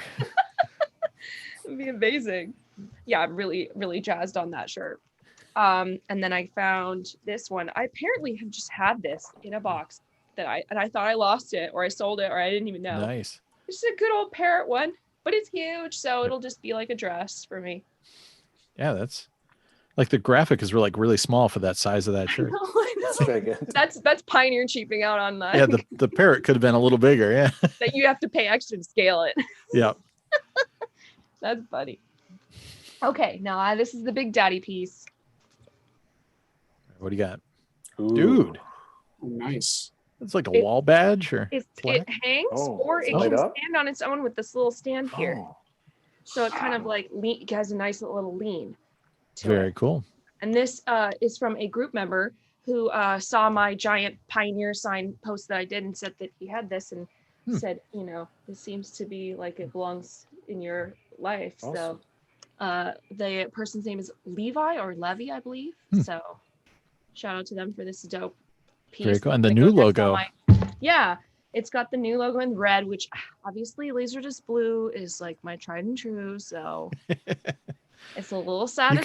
You can adjust. Yeah. Okay. And then I almost forgot. I just remembered it. I have a very small piece. This is a straight from Pioneer. Oh my God. It's an actual, I swear to God, this is real. This is a necklace. It wasn't It's someone taking a badge off a player. It's a choker necklace. This is real. This is real swag. And it's freaking mirrored. I'm just picturing some like Japanese executive just rocking one of those. I love it so much. It's so weird. Like who made that? Who said that? Yes, we need that. I got an idea for some merch. I love it. I love it so much. Okay. So I know what that is. Ooh. Nice. Sick. Sam showed this and I could not have this. Look at this thing. And that's just the first one. Yeah. I know. I thought the same when I saw it. But I haven't gotten it yet. That's pretty amazing. It's massive. I did find one discrepancy, guys. Oh no. Uh-oh. I know. I was a little sad, but it's also like, you know, it's not that big a deal, but like there it is. See, Silent Night, Deadly Night. Yeah. That's the 4. When 4's down there, that's the 4. Oh yeah. Okay. Oh man, burn it. I looked through the whole thing. Front and back cover of every disc in there? Front and Yeah, back. Well, front and actually, back. there isn't the back of She's All That, but I don't fault them for that. It's very hard to come by. So Fair enough. Yep. What's the story on that book? Like, when was it made? Like, do they just still have copies of it, or? Yeah, it was done originally as a DVD-ROM, and it was like an interactive kind of catalog. And then the guy who put it together was doing like spiral bound printouts and stuff. And then I guess just recently decided to do like a properly bound edition. Wow.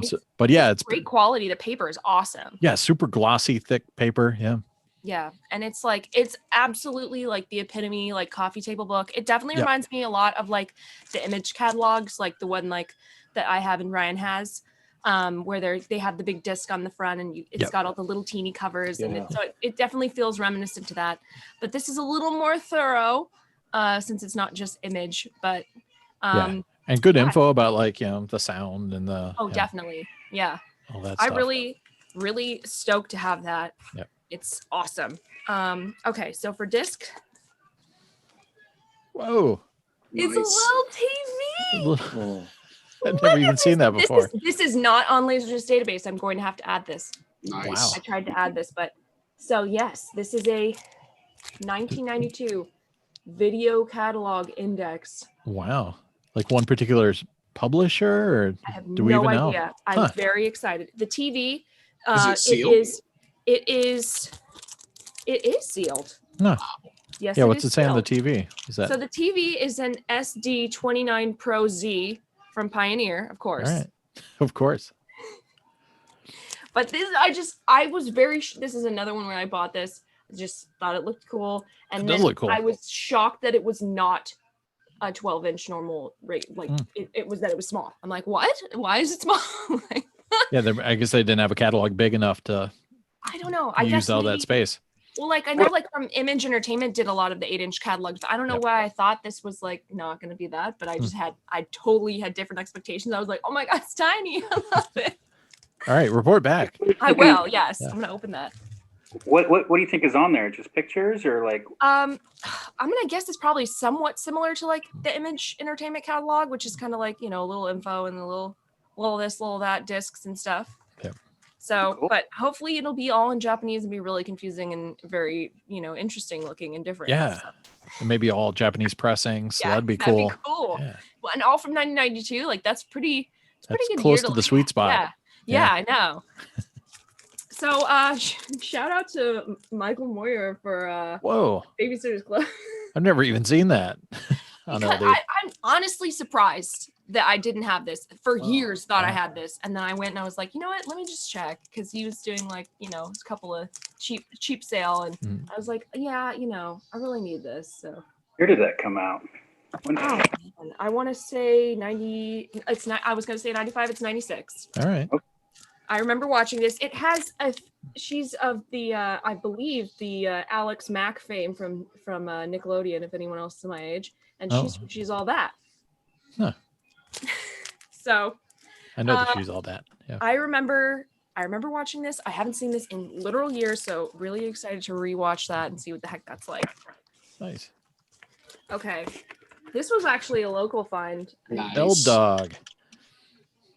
I have a copy that has a split spine, so this is an upgrade for me. So, I mean, the last has a Eraserhead in there. It's like his last movie or something. What's his name? Jack Nance? Jack Nance. He's in Oh, it. wow. what? Huh. Wow. It's on the back. Cool. I have not seen this. Is there no Meatballs 3? Because I have 1, 2, and 4. Like, where's 3? I don't have it, but that's no surprise. Ryan probably has it. I No, know. there There isn't one. right? All right. Okay. Like, was there one made on any format, or is there just Oh, no yeah. Meatballs 3? Okay. They just skipped one on LaserDisc, and then they're like, "Oh, Corey Feldman, press it." Press it. Ryan will find like a rare North Korean pressing at some point. I would love to have a North Korean pressing. It'd be so perfect. Finally, Meatballs complete. Pulgasari and Meatballs 3. Oh my gosh. I don't know. Nice. This just kind of like looked interesting. The John Hurt, Dennis Hopper, Burt Lancaster, Ruger. I can never say his name. Rucker Hauer? Yep. Yes. Yep. So yes, based on that alone, because this cover is, it's all right. Yeah. I remember seeing a lot of ads for that, but I never did check it out. Sam Peckinpah. Looks Yeah, interesting. Peckinpah. So Yeah. it's got to be good. And it's got like not a gun, but a compound bow. Like, are Yeah. you kidding me? I mean, business. It looks wild. I don't know. I'm really excited about that. This one. Ooh, this one. Ooh. Oh, Very nice. excited about this. This is deep secret Charles Band, guys. What's So that? this should be good. It's really good. Paradox. Here. I was trying Have to. you seen it? Have you seen it? hmm It was just actually reissued by Vinegar Syndrome. We haven't gotten a shout out to them, but yeah, great. Awesome. I'm really looking forward And to it's it. basically 2 characters the entire time. Ooh. Cool. Interesting. Yeah, I don't know much about it other than it was Secret Charles Band, so I was all over it. This is some like 80s music video vibes. Ooh, it sounds good. What do you got? Okay, we got. I'll see if I can show some of them. So Anybody- we got style cancel, Big right. Country, Men Great. Without Nice. Hats, Awesome. Cool. Dire Straits, Elton John, The Cure. Ooh, The Cure love cats. Damn. That's rad. Okay, that's just side 1. Love Side 2, cats. we got Genesis, Thompson Twins, David Ooh, Essex, Status Quo, Level 42. nice. A bunch of good stuff on here. I'll report back on the quality. All right. Score one with the love cats on there, though. Oh my That's gosh, cool. seriously. I was very surprised actually. There was no photo of the back and I just all right, I'll go off the front and the front looked good. So Oh, so jealous. I don't have that yet. I have a bootleg of that LaserDisc, but not the LaserDisc. oh, this I don't know. I just never knew about this and then I Forgot all about that. Crispin Glover's on there, right? Yeah, he's Yeah, in the that's third clever. story. Right. I've never seen it. I have that too, but I've never watched it. Oh, I don't know much about this whole disc at all. It's basically like a Yep. HBO kind of pilot it's like an anthology kind of thing. It's all stories in the same hotel room, but in different times. So like one's like an old timey like 50s story and yeah, it's really weird. Different kind of styles. Like the Crispin Glover one's kind of freaky. Ooh, Isn't that what the Duplass show is now, basically? Oh, really? Do they have Right, what's the room- Duplass show? Yeah, it's like Room 104 or something. It's on HBO. It's Probably same straight room. rip off of it. Yeah, same room, different events. LaserDisc and VHS. That's it. Never Yeah. released. Wow. that's crazy. Well, damn, I got a good stack here. I'm really excited for all of these things. Yeah, I'm surprised they didn't turn it into a full show, but yeah. Is it any good, Sam? Have you seen it? Yeah, it's pretty Never cool. watched.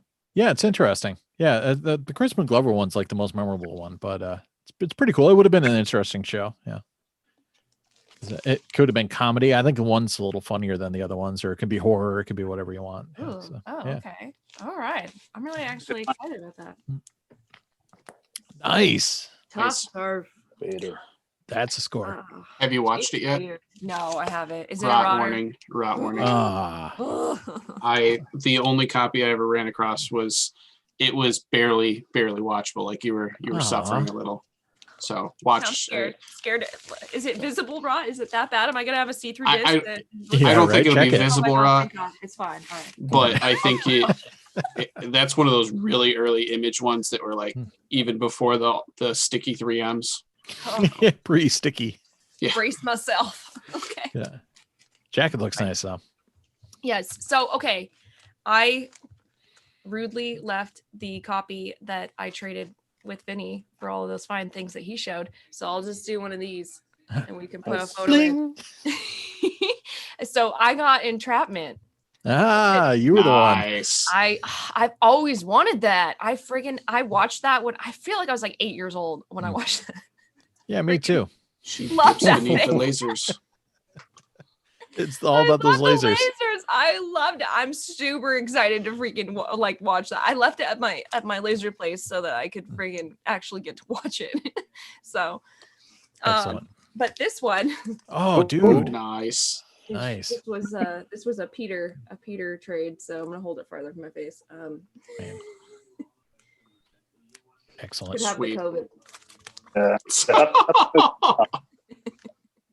It's okay. I went in the basement. I'm still alive. Oh God. How many criterions does Mystery Men equal? Well, it was actually a different trade than that. It was No. it was non-criterion AC3? related. It was no, I actually think man, he sent me that so much later than I sent him his. So I want to say that what we traded was DTS.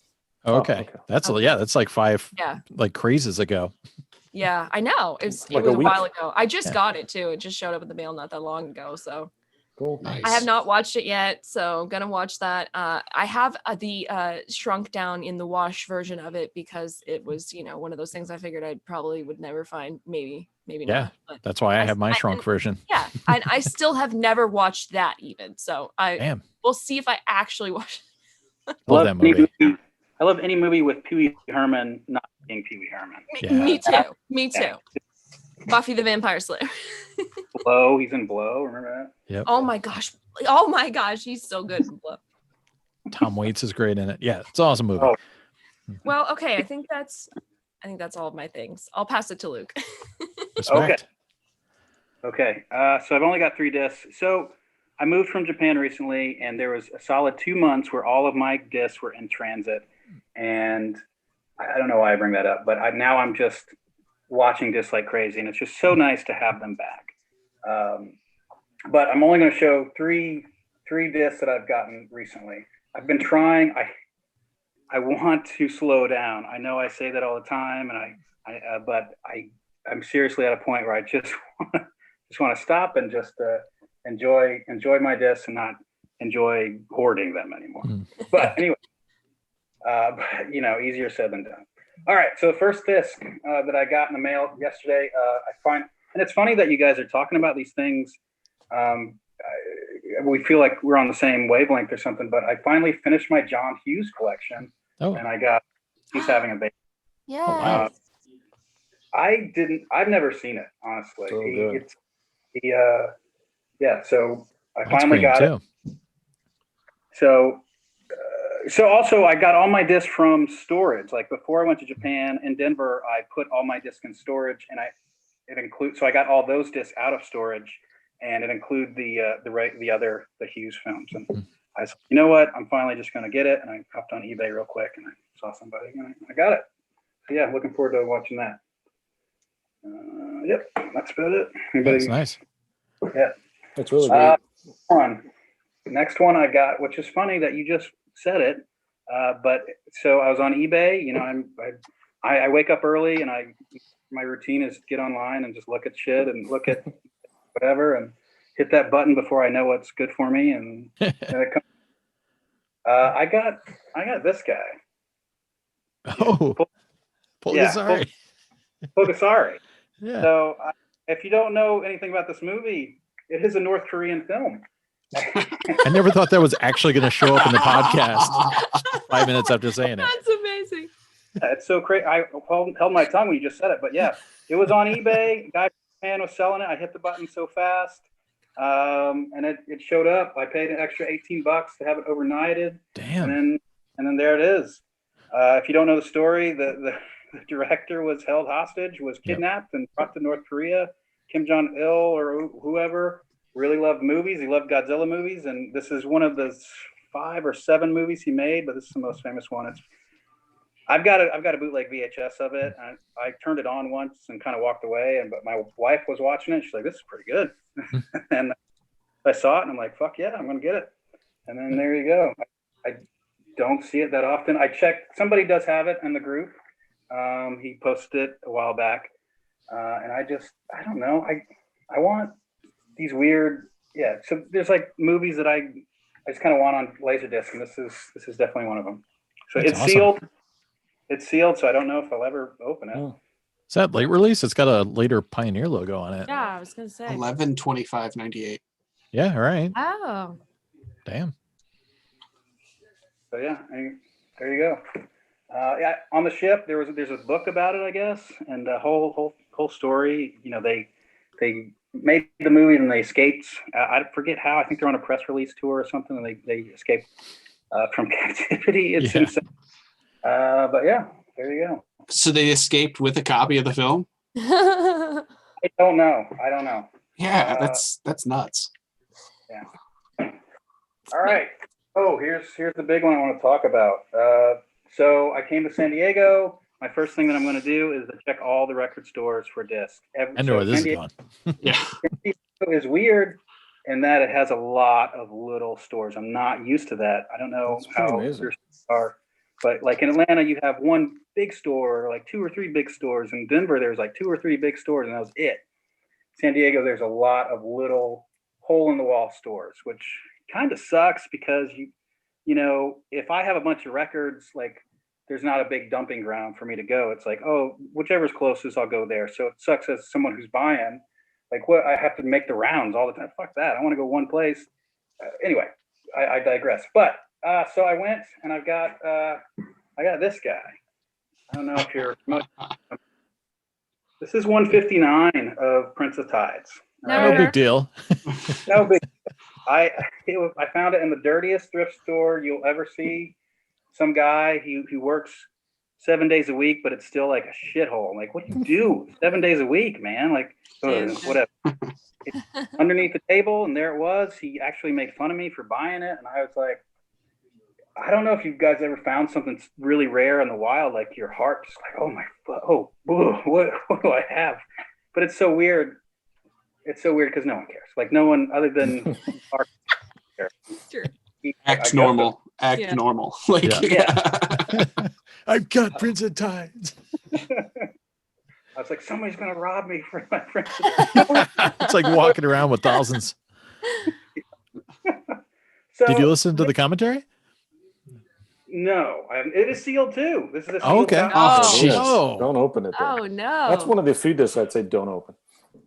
Yeah. So this disc has brought up a lot of thoughts for me. It's like it's so weird. Like it's so the story. I'm sure you all know, and but I don't know if anybody listening to the podcast knows. It was put out by Criterion, but then Barbara Streisand had full control over it, and she looked at it, and there was like typos or something very small, very tiny things that were wrong with it. And she said, no, I don't, redo it. And so she had full control. So they scrapped it all. They destroyed all of them. But then there was a few of them that got out. I guess there was a Criterion Christmas party and everyone got a copy of it or whatever. I have, a lot of thoughts on this dumb disc. First off, like, why is it worth so much? Why are people, it would be so much better if it was a good movie. Okay. Like it would be so like something. I saw it in the theater. I couldn't tell you a frame of it. I remember nothing about it. Streisand, that's it. Go ahead. Just Barbara Streisand, no plot. That you don't remember anything. And Nolte. I guess I confuse it with Mirror. Mirror Has Two Faces, right? They were around the same time, and I can't tell them apart. This one is her second one. Mirror Has Two Faces with, I don't know why I know so much about these. Yeah, this it's Jeff fucking Bridges. Jeff Bridges. First one was Yentl. Like those are her 3 movies. Do I sell it? Do I keep it? These are big questions. It's a Sophie's choice.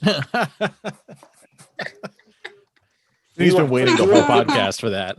Do I put my kid through college, or do I, make some guy I've never met happy? Right.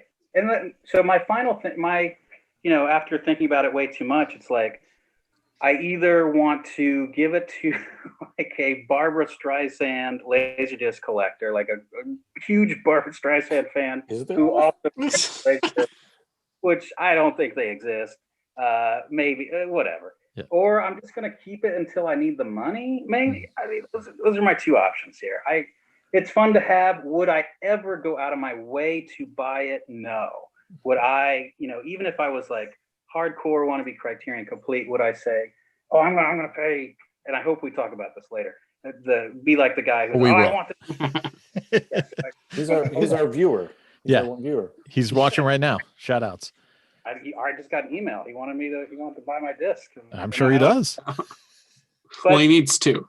So what would you do? That's the question. Like what if you found this disc and I did not pay much for this disc? What would you do in that situation? I guess it depends if you're going Criterion complete or not, or if you're really into having every spine variation and that sort of thing. Yeah. If you're not.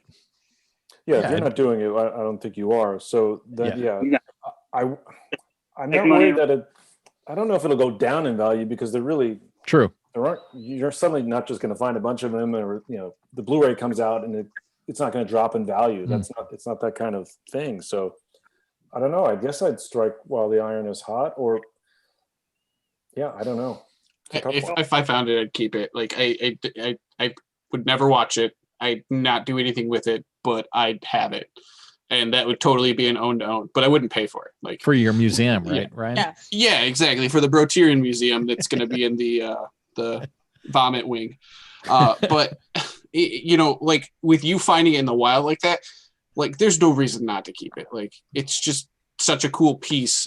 Since you're a fan of the format, that why wouldn't you? But after this, like right here, who else are you going to tell?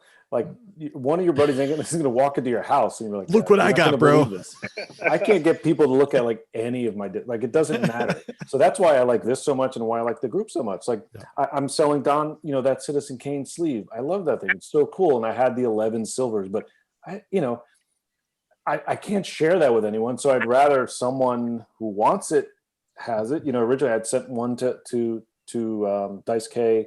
So I don't know. I don't know if it's as much of a conversation piece or how much joy it will bring you. If Marie Kondo was here, she'd be like, get rid of it. He'd probably want a copy. Yeah. So I think of, so growing up, my dad had this bag of comic books in his closet, and it was just like, he kept telling me like, oh, there's this really rare Green Lantern comic #3 in there, whatever. And he wouldn't let me look at it. It's like, oh, my grandmother supposedly threw them all away when he was a kid, but those are the ones he kept. And I finally, like when I got older, I was like, I want to look at those comic books. And it wasn't worth that much. I remember looking it up. I don't know which number it was. I was just kind of disappointed. I'm like, this is weird, but I want to keep it, I think. Just to have something for my daughter, it's like, hey, this is something really rare. That's stupid, right? Well, then I think about that documentary about the guy with the baseball cards who had all his dads, and then when he finally went out to sell them, he realized they weren't worth anything, and it was just happens a lot. Yeah. So I don't know. Yeah, I mean, I grew up hearing about my mom's comic book collection, and then finally, a lot of old EC comics I was expecting, because she's like, oh, all these horror comics and stuff, and then I saw them, and it was the same thing. They were all beat up, and they weren't worth anything. So, but that's legit. That's a rare piece of laser history. So yeah, I mean, if you weren't like Criterion, collecting, then I would say, let it go because it's not your style. But like, I mean, I feel like because you're going with Criterion collection, like, I mean, you probably won't ever see that again. So, it's just one of those, that is a dilemma. Yeah. And it's so, I think I get $1,000 for it, and like at the end of the day, like I'm just going to spend that on other discs, not food I think I will keep it, but I agree with Vinnie where it's like, I came home and I wanted to tell my wife, I'm like, hey, oh my God, I can't, this is so great. This is so amazing. It's hard to explain. She's like, what are you talking about? It's like, it's so, but I think I will keep it for a while, and then see what happens. It's like an RL hot mix. I came home with Practical Magic, and my wife freaked out. That's about it. But that's only because it's Practical Magic. When I got Little Monsters, he freaked out. Yeah, my wife freaks out when any disc shows up. Get these out of the house for the wrong reason. But the only time I ever did tell her was when I found that laser active machine. for nothing. And I'm like, Yep. God, you don't understand. She's like, You whatever, don't understand. whatever. Just let me know when it gets deposited. Well, I'm keeping my laser active machine. Hell Shout yeah. outs to Karma, who hooked me up with that. Nice. All right, you guys ready to do some recent spins? I don't know. How do you follow Yes. the Prince of Tides? I know, right? I didn't watch The Prince of Tides, so I did watch a few things. Some were just for testing kind of purposes. I mean, even though I love the films, but I did finally reinstall the Sony High Vision player, the Ooh. HLD C2EX there, and finally got that like properly installed in the rig. And one of the discs that was giving me trouble in the first place was a possibly warped copy of True Romance. So I really wanted to, now that it was fine-tuned to perfection, I wanted to give it a shot. So I watched True Romance on the Sony, and the reason I select this as a test disc is because the cinematography is just so murky, and a lot of, I mean, even when they go to California, it starts to get a little bit, you know, brighter in the exterior scenes, but a lot of the interiors are very smoky and moody, and there's a lot of depth to them, and it looks like murky ass on a lot of players. This thing looked freaking amazing, and I was zooming in on a 100-inch screen. Yeah, and I didn't even have a eval board or anything, but using that direct BNC out, it was really impressive. So I watched that whole thing. Plus, it's awesome. Everybody and their mother is in this thing. Yeah, it's my favorite Christian Slater movie. We were talking about that before. Patricia Arquette, yeah, of course, Chris Walken, and in a very unpolitically correct moment there with Dennis Hopper, but still some insane stuff. And Michael Rappaport, Brad Pitt, and Gary Oldman. Gary Oldman as Drexel the Pimp. It's just amazing stuff. And then Nickels and Dimes, the cops, Chris Penn and Tom Sizemore and Bronson Pinchot and Saul Rubinek. Oh man, everybody, and Val Kilmer as Elvis, who may or may not be is basically a figment of this guy's. He's his Tyler Durden, telling him to go shoot pimps and stuff. So it's interesting watching this now, because when it came out, I saw it and I was like, yeah, this guy is righteous. And then now I watch it and like, this guy's a complete psycho. But it's funny how the movie changes as I watch it. And it being a bit of a politically charged week, I had to watch Dr. Strangelove, or How I Learned to Stop Worrying, and How I Learned to Stop Worrying and Love the Bomb. And this is not the Criterion. This is the reissue that Columbia came out with. Sadly, it does have a little bit of rot on side 2, but it's still watchable. And I don't have the Criterion yet because there's multiple versions and I haven't gotten around to getting the right one. So I just keep this one around in the meantime. I mean, it does look great except for the rot. And Peter Sellers is fantastic in multiple roles. Ken Adam crushes it with the set design. He did a lot of the James Bond films, and the War Room in this is just amazing stuff. George C. Scott is hamming it up, and Stanley Kubrick. I think Vinnie will tell you a thing or two about him. And this I watched because it's not technically a high school; it's a prep school, but they do call it a high school 2 times in the first 5 minutes. School Ties. Ooh. Made by the guy who directed the X-Files pilot. And man, this is another killer cast. I mean, it's got Damon and Affleck in it, early years. Brendan Fraser just crushing it. Amy Locane from Crybaby is in it. Cole Hauser is in it. And it's a cool, prep school movie about this kid from Scranton, PA, who is drafted into this very exclusive prep school in Massachusetts because he happens to be a good quarterback, and their football team gets clobbered all the time. And he's also Jewish, and he's going to this Catholic prep school, and he hides his religion from everybody in the school, and then it kind of turns into a bit of a thing. But it's like 10 movies rolled into one. There's even like a 12 Angry Men segment towards the end where all the students have to decide who they vote out for cheating on an exam, and there's so much interesting dynamics. Not just about him being excluded because he's Jewish. There's a lot more going on, and just killer cast. Then I had to do a little high vision. Watched a little common movie called Jurassic Park, and had to see it in fancy high visionness. Looked fantastic, of course. Not too different than the usual LaserDisc, but just a little more sharp and a little less, aliasing and things like that. And yeah, it's a slimmer release than a lot of the other ones. This is on loan from the High Vision library, so I actually have to return it, sadly. And then had to close it out with HD Fish Sea Forest. And people make fun of on LDF usually if you get into Muse, it causes a lot of people to yell at you for being into stupid fish, high definition fish. But I gotta tell you, HD Fish is sick. Don't underestimate HD Fish. It's got some smooth, like kind of jazzy jams on this sucker. Oh, yeah. It's Oh, like my about 45 minutes, something like that. And it's just got all sorts of different colored fish. There's like a red section, blue section, lots of kelp, and it gives you the cast on the back. It tells you all the different characters that you run into, starfishes and stuff like that. This is incredible. And even my wife was like, "Oh my God, this looks like Blu-ray." And I'm like, "Yeah, HD LaserDisc." And she kind of rolled her eyes, and she did say it looked amazing. So We've hit the point on the podcast where we're talking about HD kelp. I just want to point that out. HD kelp. I mean, it's easy to mock it, and haters gonna hate, but HD kelp rocks. I like it. I want to see what that looks like. See, Max knows the score. What have you been watching, Ryan? Well, I did not watch any HD kelp, so Maybe next episode. Yeah. there was that. But I did watch a few things. First and foremost, I watched this movie, and I'd never seen it before, and I really liked it.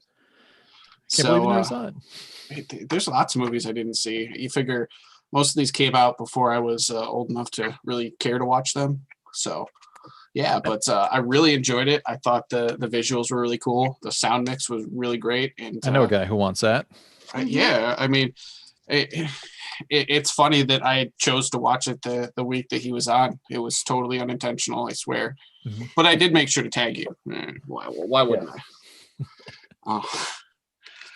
I watched this bad boy. This movie is badass. So that's a Wolfpack favorite, I think. I know we've talked about it. I finally got to watch my copy every week. Yeah.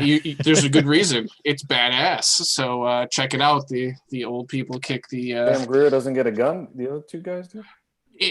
Don't worry. She takes care of business. Okay. Like there's no question. She's legit. And it takes place in Peter's neighborhood. So yeah, pretty much Chicago, Indiana. So. Yep. And then I watched a few other high school movies, of course. Yep. And this is just great, great picture, and it's something else. Nice gatefold and everything. Oh, good. Yeah, mine's sealed, so I'm actually really looking forward to seeing the inside of this. Yeah, I need to pick up a copy. It's got, and I didn't watch it because it's not my cup of tea, but it's got Leonard Maltin interviewing Roger Corman. Nice. What? Oh my god. So yeah, check this out. It's totally worth it. It's probably now going to be impossible to find. It was already hard to find. Yeah. So it's not going to get easier, but it's great. If I have picture. a second copy, Sam, it's got your name on it. All right, good. Because that's going to disappear. Yeah. And then I watched. Put it in my stack. I watched this Common film. Oh, it's very common. I'd never seen this either. Mine's tiny. Yeah, really enjoyed it. Reese Witherspoon is nuts. Sixth on my list. It just didn't make the cut. I saw it 4 times in the theater. Who wants to touch me? Nice. Wow.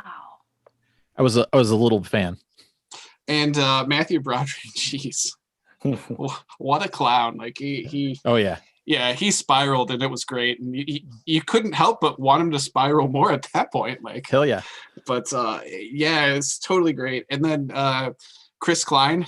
Yeah, he. I don't know if he was acting. Like the quotes from him, or everyone's quotes are great in that movie. Yeah, just really good. It wasn't my top 5 because I'd never really seen it before, but I really did enjoy it.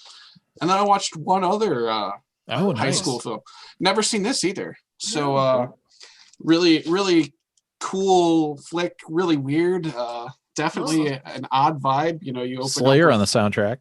Yeah, it's got a metal soundtrack. Yeah. And it's about a death of a teenager because their one friend kills her, and she doesn't have any lines in the movie. She's just dead and naked, and And then you throw in Dennis Hopper because why wouldn't you?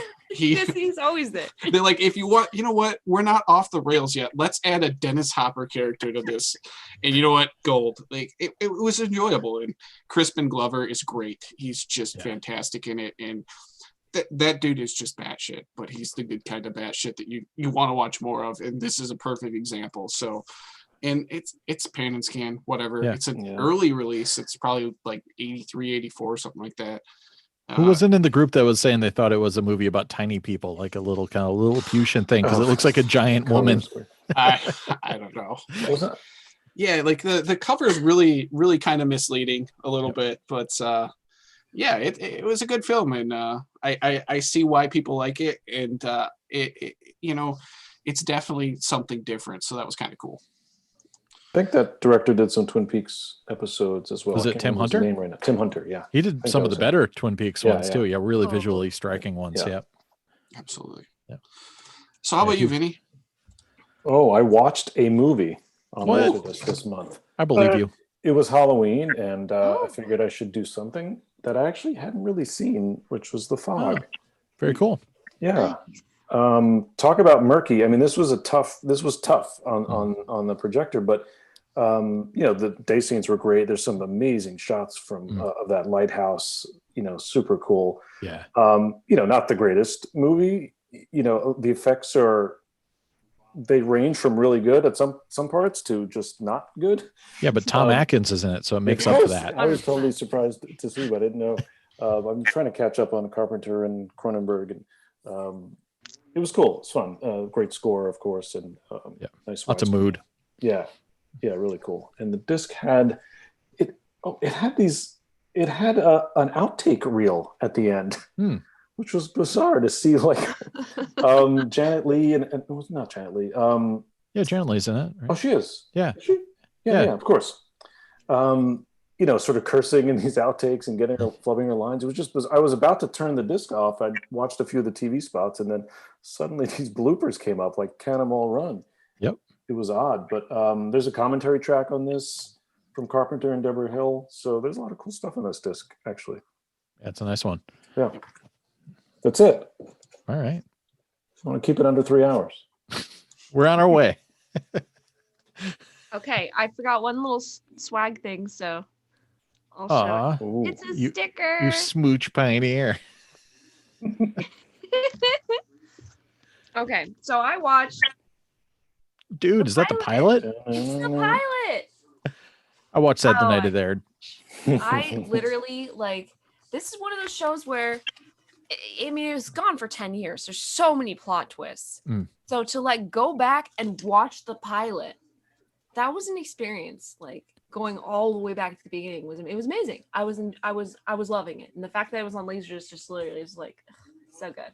Yeah, that's a trip. There's no Luke Perry in here. Pre-Perry. This is pre-Perry. There's this random ass friend Scott. Yeah. Man. So that was very worthwhile. This one, the next ones are all pretty much, I've never seen this. This is first time viewing. Wow, Shannon Doherty again. Yes. So I wanted my 90210 fix because I really went 80s in my list pretty much. So I wanted some 90s in there. And this was actually really good. She's like a school reporter, but they film it on video, and then they show like a homeroom, TV newsroom thing where they show videotapes at the school. And the friend, I believe this is the kid who comes up the ladder in Clarissa Explains It All. Oh. Like her neighbor friend, and he's her friend in this movie. So the whole thing, it was kind of insane plot, but she actually accidentally uncovers some weird scheme for the guy who's going to become the mayor, who also owns a water park that all the kids go to. So it's the plot is wild, but it was really enjoyable. I really liked this. I would recommend that. Never heard of it. I wonder if it was just cable or something, or I would think so. I would think so. So it's not Jay Giles' band. No, it's not that freeze frame. Disappointing. No. This I had also never seen. Oh yeah. This has Phoebe Cates in it.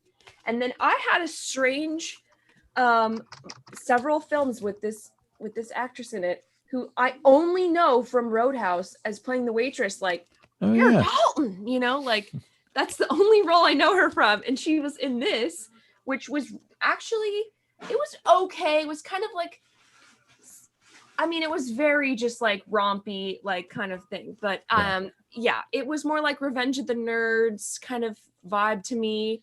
But overall, just like good. I like the soundtrack. That was good. But it wasn't as good as this other one I watched that she's also randomly in, and I did not even make this connection at all for any reason. Campus Man. I've not seen that. This was great. I recognize that dude. This is a fake Andrew McCarthy. Faux McCarthy. He's freaking fake Andrew McCarthy. Okay, so this whole film starts around this guy who owes like $10,000 to his college tuition because he's kind of like, you know, always off to the, like, he's an idea man, and so he's always trying to scheme up ideas. So he schemed up this idea that he's going to get these Japanese tech investors to give him a scholarship. Of course it falls through. So he's at the freaking thing and he owes $10,000 for his college. So now he has to come up with something else. So he types in his computer and he boop, boop, boop, and then it says, you're okay. You do this idea and you invest $12,000, you'll make $40,000. So he starting to look for investors. His big idea is a calendar full of athletic men for women. And this is big, guys. It's a big idea. It's a very huge idea. No one has ever thought of this before. This is a huge thing. He's like, this is my big idea. No one's ever thought of this. He goes, all these banks get turned down. And then he finds this guy. His name is Cactus Jack. Because this is also set in Arizona. I forgot to mention that. They're going to the desert. And this guy is like, whips out a briefcase full of money, gives this guy $12,000 to make calendar shoot with his best friend, who's the dive guy on the dive team. So it's all very crazy from there. The same guy in all 12 months? No, there was a bunch of all different guys. They perfect montage, great soundtrack on this too, but perfect montage of all the men with all the freaking carrying a bicycle because he's on like the bike team, and like then they're just, but it was hilarious. There were so many twists in this. It was crazy. So I mean, yeah, by the end of it, I was not expecting the ending. And I don't want to give it away because I really feel like this is one of those ones that at the time that this was out, there was a lot of things that would have easily squashed this. But now that time has passed, this is absolutely has its time to shine. Like this rising to the top. This really could be a cult film, and I really feel it. Like it was really enjoyable. I really liked it. So, and I had never seen this before. I had low expectations, to be honest. Campus Man totally exceeded them. Campus Man. And of course, this almost made my list. A little more obscure than Campus Man, but yes, Encino Man.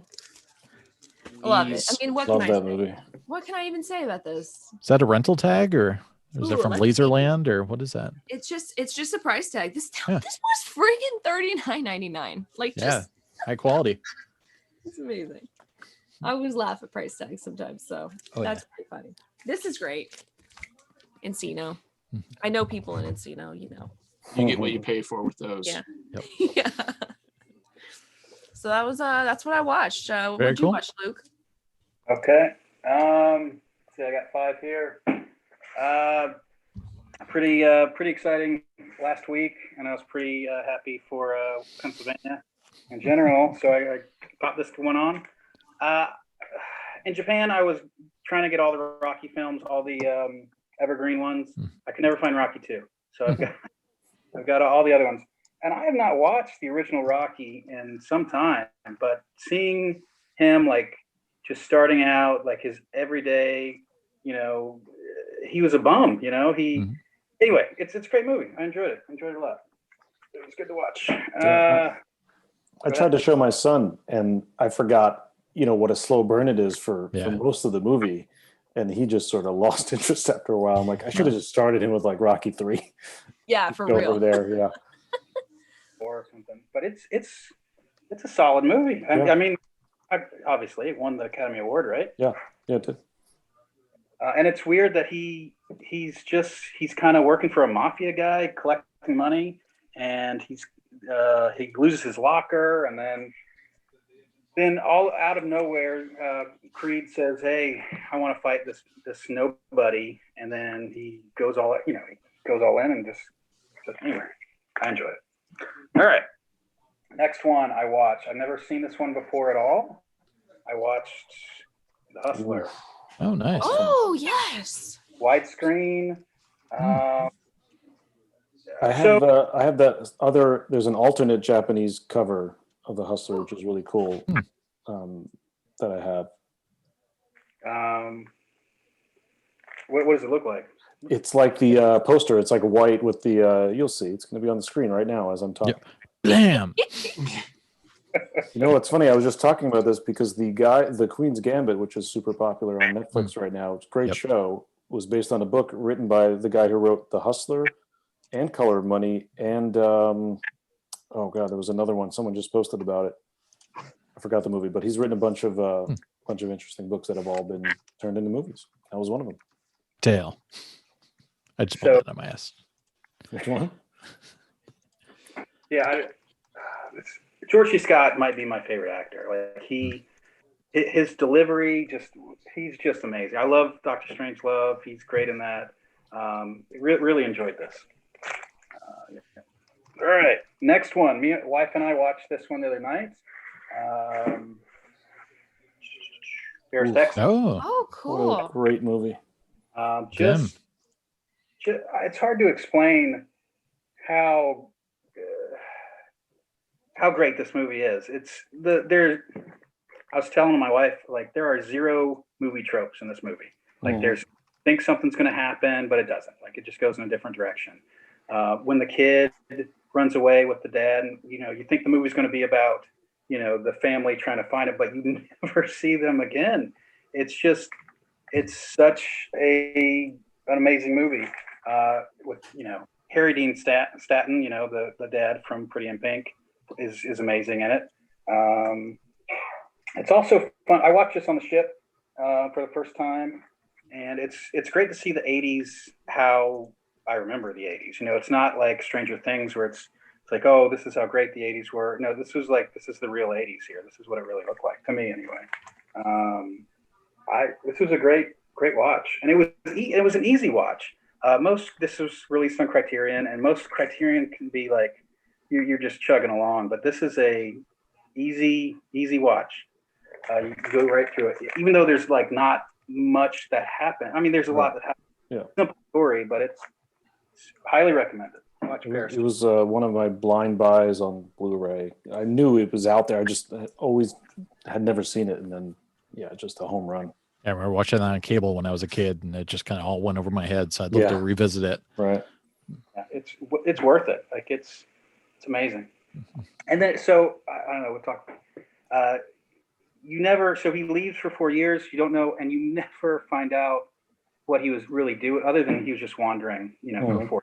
And you kind of, when I was watching, I was like, oh, he's going to be a hitman. He's going to be something crazy. No, it's not that type of movie. It doesn't he was just wandering for 4 years. Anyway, amazing movie. All right. Next one. Vinnie just threw it up, but actually, I this recently too. It's a Celluloid Closet.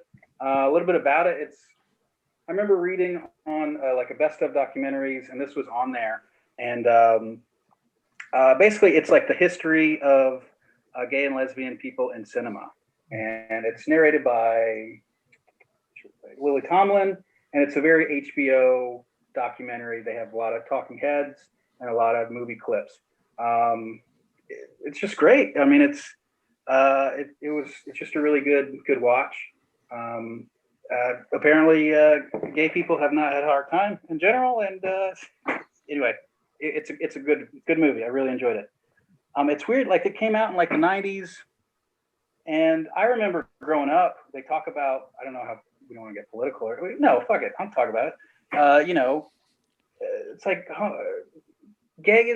being gay is not an issue anymore to me, because you'd have stuff like this back in the 90s where it's like they talk about it. It's like, hey, being gay is a choice, and it's super difficult and whatever. It was, and it's like, okay, got it. Let's move on. Next issue. But it's so crazy to me that it's still an issue at all. because all movies and TV shows would talk about it, and they would just like, okay, I got it, we're good, let's go on. Anyway, I really enjoy the celluloid class. I may have cried when I was on the ship watching it, but so. Anyway, last movie. We watched it last night, me and my wife. It's The Prince of Tides. The reissue. The other one. Yeah. Actually watched the show again. I don't want to talk about if you haven't watched The Prince of Tides last night like I did. I don't know if any of this would make sense. Not a great movie. Makes perfect sense. It was released in Christmas Day of '91. It's a Christmas Day movie, which I remember growing up. Like it was a big deal to have a movie. You know, you open your presents and you go see it in the theater, see something in the theater. Nick Nolte is really good. Like he crushes it. He plays whatever. I don't want to get into the movie that much because it's not worth it. And Barbara Streisand is good too. You know, she directed it. It's from a book, and it's pretty clear that like there was a lot more in the book. You know, and they just kind of skimmed over it. Reading the Wikipedia article that people complained about, you know, there's more flashbacks in the book of the childhood, whatever. One thing I will say, like I kind of wanted to like it, you know, before even because of the whole whatever the other disc. I was like, I want to like this movie, and I watched it. And we watched it all the way through, which is a good sign. You know, we didn't like take breaks. Like, oh man, let's just get through this. No, we chugged through. We finished it. But afterwards, it's like that movie was bad. That movie wasn't that great. And then another thing is like I was worried that I would like it. You know, it's like. But thankfully I'm not old enough where I'm not like middle-aged enough where I'm like, oh man, Princess Bride is amazing, I love that movie. Anyway, Princess Bride, Prince of Tides, there you go. And that's it's my 5 watches. Princess Bride was amazing. Yeah, Princess Bride is amazing, but not Princess Tides. Princess Tides. Princess Tides. Princess Tides. Princess of Tides. All right, well, good choices, everyone. Princess Bride, Tides, notwithstanding. That'll be the next Wolfpick. Yes. All right. Let's answer some hot questions. Let's tear into the mailbag. All right. You guys ready? Put your thinking caps on. Gonna throw some hot topics out at you. All right, here we go. Karma wanted to know from LaserDisc Forever. Here's a topic. What do you hate most about LaserDiscs? And his example was LaserDisc clickbait, like where you go to an online store like eBay and you see a title for a great price and you click on it and suddenly you notice shipping is more than the price of the product. And yeah, there you go. They get you with the bait. So what do you guys hate most about LaserDisc? Well, the one thing I don't like is honestly, it's trying to find the weird stuff. Like now it's just getting harder, and I mean, it's my favorite thing to do, but it's getting out of control on some of the things that like used to be common. It is what it is, but I think it's because the format has grown among collectors, and there's a lot of new collectors. But it's not a bad thing. It's just changing it. Yeah, for sure. Yeah, it's definitely a thing. Like, not being able to find what you want as easily as before. I guess I hate. I don't know. Pan and scan copies. That's what I hate. I'm feeling attacked. Sorry. I hate image releases. Oh, no. Wow. I can mute you, kidding. Sam. I'm just kidding. I don't hate image releases. I mean, I always hated pan and scan from back in the day. That's nothing new. I mean, but about collecting, I don't know. That's a tough one. I mean, yeah, probably just the same thing. Just everything being so dried up and tough to find things when you want to go looking for it now. But I guess, it makes the hunt even more interesting. Right? Yeah, there's nothing I really don't hate about the format. I'd say pan and scan too. I hate when I look for something and I forget that I only have, like, say anything, I only have the pan and scan, or River's Edge I own too, and I forgot. Oh, so I'd love to be completely pan and scan free, but there's just a few movies, believe it or not, some of them I keep. Sometimes I'm about to get rid of something that I've upgraded, then I go, well, what if I ever meet someone, the director or the screenwriter, I want to get it signed. So I'll keep it really just on the off chance that I can get it signed. it's not like I'm going to watch that copy. You know, there's a good chance I'd probably have a DVD or Blu-ray of a widescreen version. So, yeah. And as far as collecting, I guess I hate that DTS disc cost as much as they do. I do too. Yeah. That's just sort of, I mean, not that it's weird. I mean, I guess they should be more valuable, but it's weird that like Con Air's $30 and then, you know, Dark City is impossible at $150 or whatever it is. So that's just kind of seems arbitrary. I don't know. And it's weird that a lot of the ones that were cheap, even when Ken Cranes was going out of business, like you could get Great Expectations for nothing. You could get Last Man Standing for $10. Those tend to still be cheap. Like I can still get Last Man Standing, even though it's got a ridiculous soundtrack. I mean, that'll blow your walls right off. But I mean, so it should be a little pricier, but you can still get that cheap. And obviously Great Expectations isn't really, I mean, it's got a killer Rain soundtrack and surround, but that's next to Prince of Tides on most people's lists of, Prince of Tides, Prince of Tides. There should be a Prince of Tides DTS. Yeah. Could hear all that drama all around you. I guess actually, I was going to say, I also do hate the stuff. The stuff is fun. It's fun, but it annoys me sometimes when I'll see something that I didn't know existed. I'm like, gosh, now I got to get Hunt for Red October. Sure. Or recently it was Apollo 13. I didn't know there was an AC3 Apollo 13. It's like, I was about to buy it, and then I'm like, why not? Forget it. I have the DTS. I'm like, I'm not going to fall for that again. I did it for Jurassic just to have it. And that was, I think the AC3 came out after the DTS. Like it was like ProLogic Signature Edition, DTS, then AC3. It's like there's an AC3 Speed. Yeah, I don't have that, but I have the DTS. As you should. And that doesn't even have an LFE track, if I remember correctly. It's like 4.0 or something. How am I going to check my speed? I didn't even realize there were 3 speeds. There's a secret DTS and or secret Dolby Digital speed. I don't know. Any other hatred? Or are we going on to the next question? Well, just clearly having discs that can be see-through. So that's all I'll say. That's true. That's something to hate. Insane. All right. Let's see. All right, here we go. This is going to tie into something Luke said earlier. Donald wants to know, what is the last title you spun that truly moved you? So we know Luke was watching Celluloid Closet and being moved by it. Very much so. Yeah. How about you characters? I'd have to think. It wasn't Paper House. Mine was I watched that recently too. I don't know. I only know about it because of LaserDisc, but I did not enjoy that movie. So it moved you to kind of cringe? The cover looks like it's going to be so good. No, and then you're great just cover. pissed. Yeah. Mine was probably Charles Burnett's The Glass Shield, just watching it and realizing how far we've stepped sideways since the 90s and not really progressed in some angles. So that was, that was an intense spin for sure. But then after that, I've been watching, Sea Kelp in HD. So that didn't really move me. That's really moving you. Sure. I was shedding a little tear like Crybaby. It's yes. One little tear for the Sea Kelp. I love it. Vinnie watches some serious stuff. You probably got moved by something, right? I was just looking through my now spinning just to remember things, but I guess Kundun, because it was one of the last Scorsese discs I got, and it's just one I just never saw. I didn't see it in the theater, so I was moved by how great the disc looked, and it was amazing. It's fairly late release, and just the quality was incredible. And it's a good movie. It's not. I had just seen The Silence, which I actually liked more, but it's interesting to see him take on 3 unique perspectives of religion. Last Temptation and Kundun, and then Silence. So yeah, I'd say that one. It's a good disc worth getting, just quality wise. It's really good. Nice. All right. Anybody else?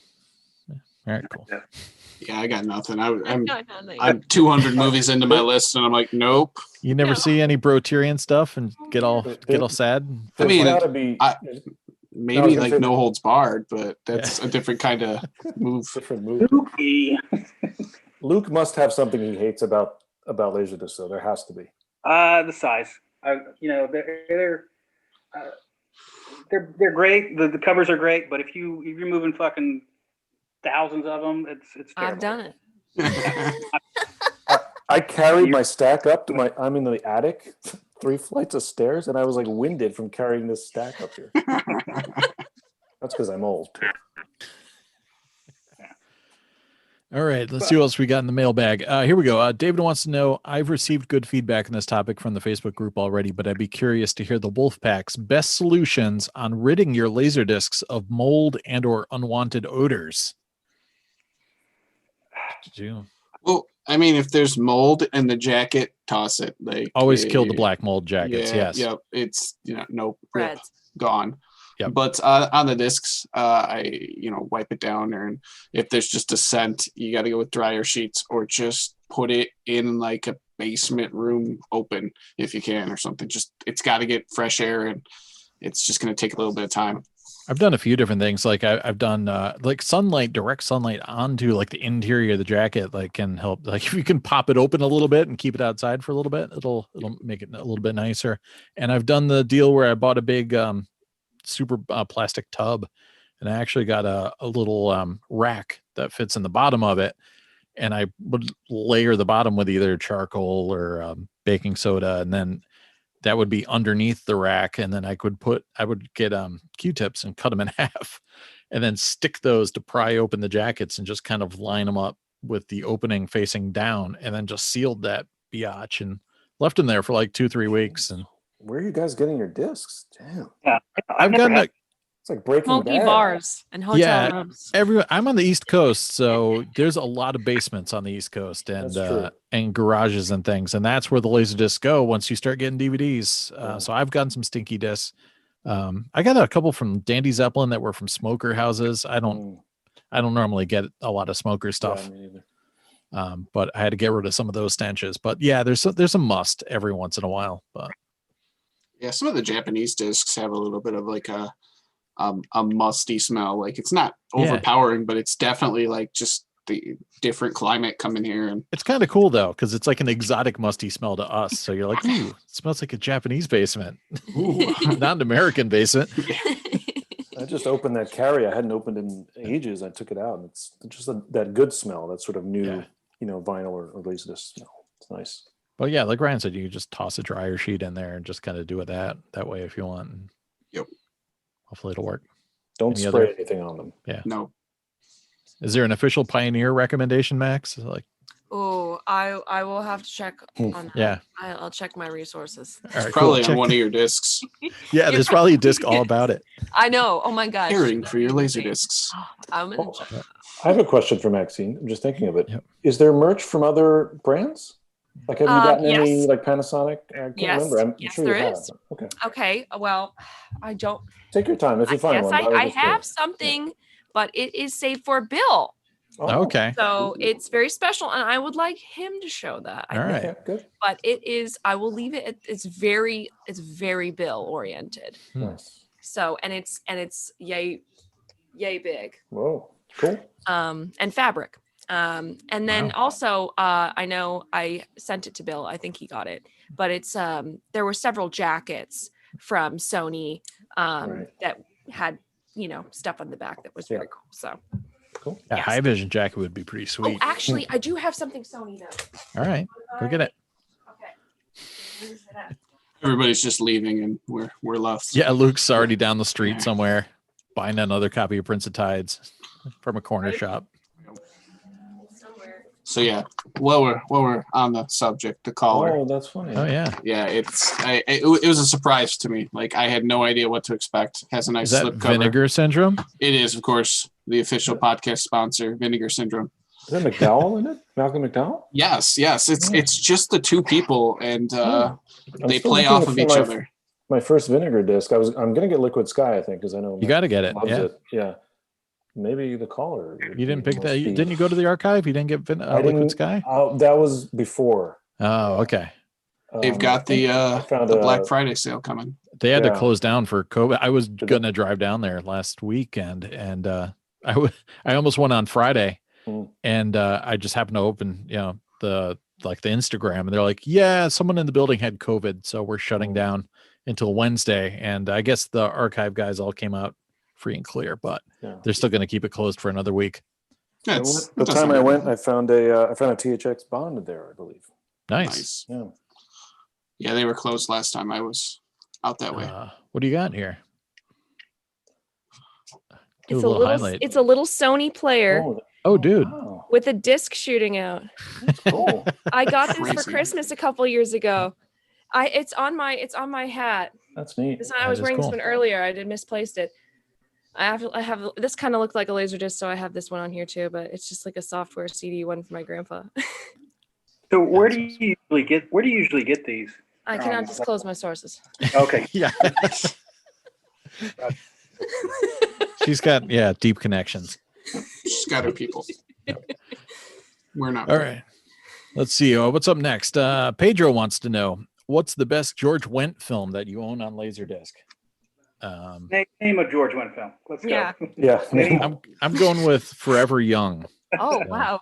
There you go. I'm not Wow. familiar. He plays Cheers. his best buddy there. Yeah. Yep.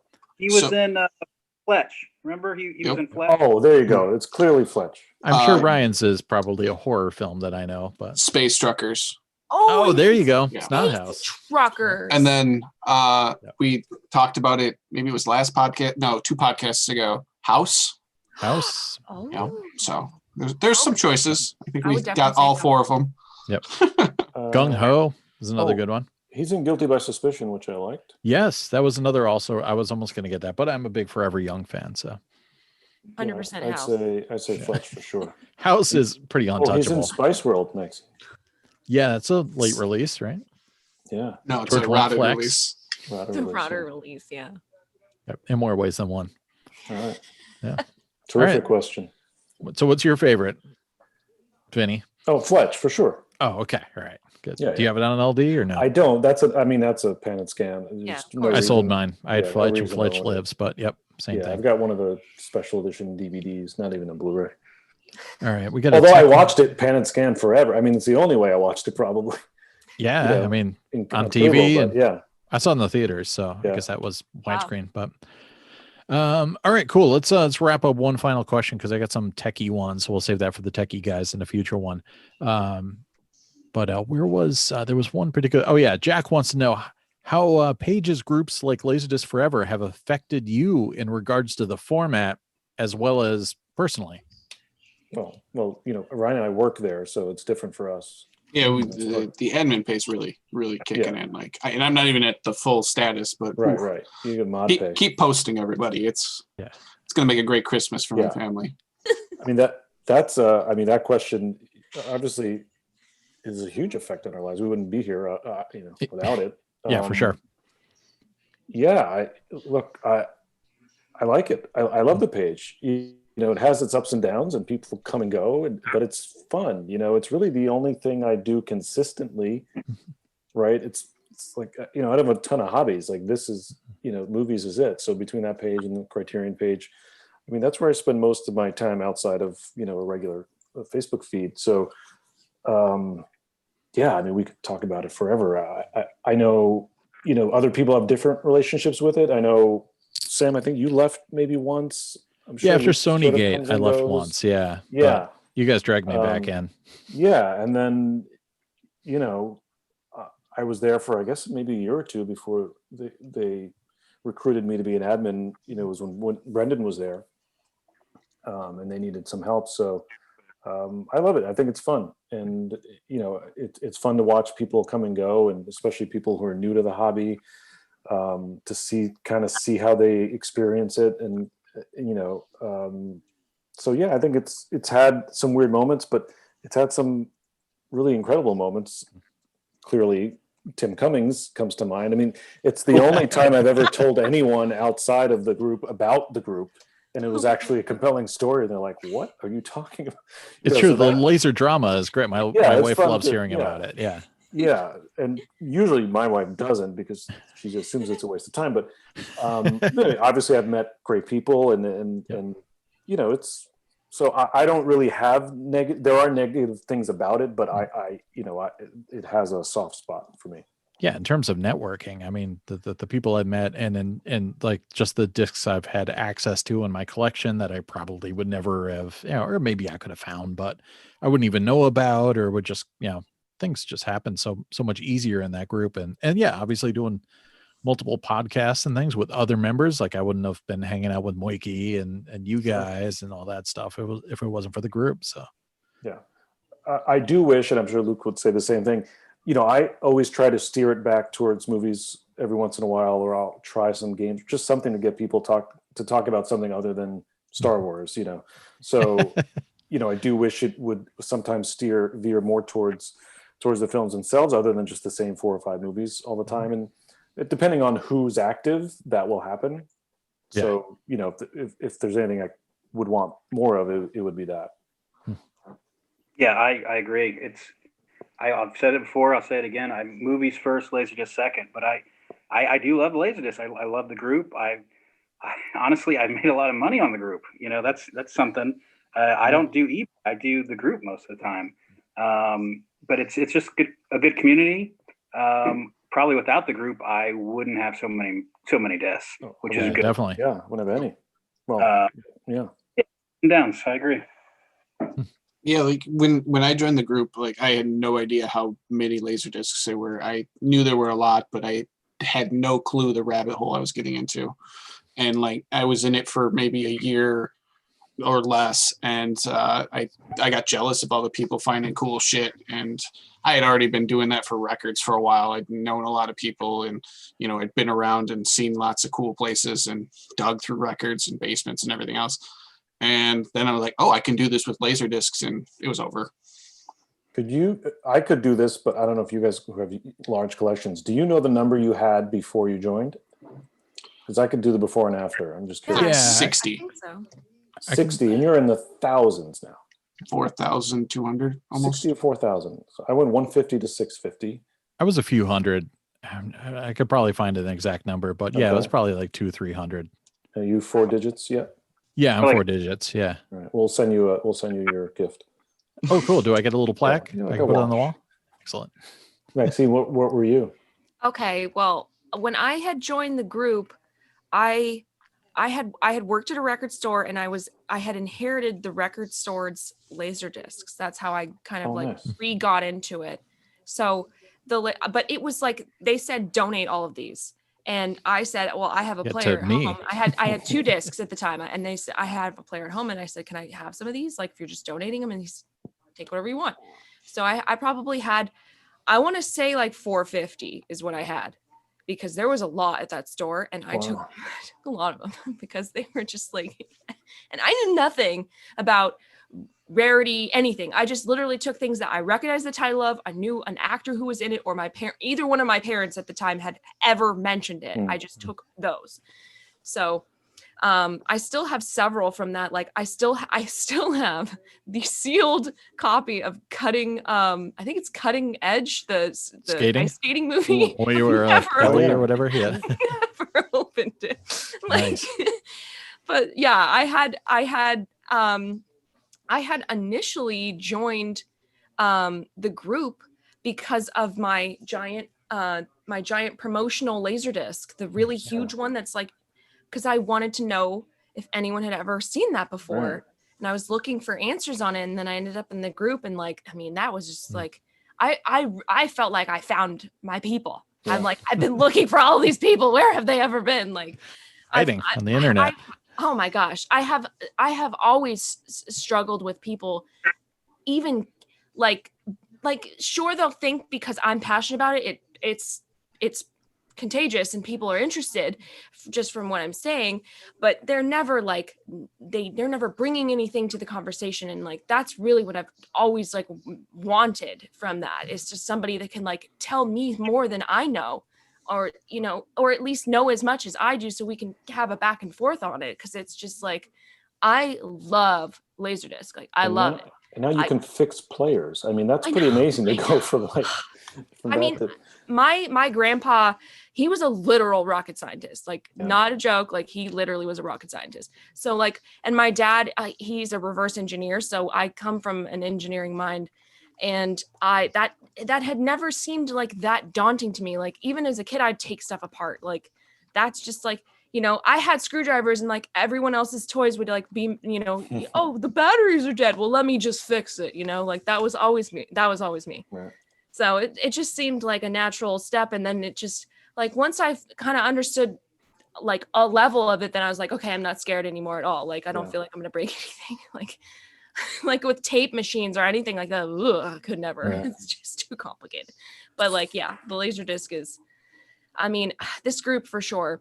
I totally like love the group. I feel like it's the nicest place. Like I do the Laser Santa in there every year, and that's coming up soon for everybody who wants to feel some Christmas spirit. I always like to, give back and send things to people and just, wrap presents because I literally love wrapping presents. So it's very fun to me. So I mean, I love the group. I love the format, and I totally feel like I found like my special place. So I'm very protective of it too. There's always something happening too, because there's a lot of other groups, and considering it's a quote unquote dead format, the fact that there's always something to talk about is pretty amazing. And you can go on some other pages and there's like one post every week and that sort of thing. But no, there's always something happening. LaserDisc forever. So Luke, where did you start when you joined? How many? Back in Denver, I remember there was a class.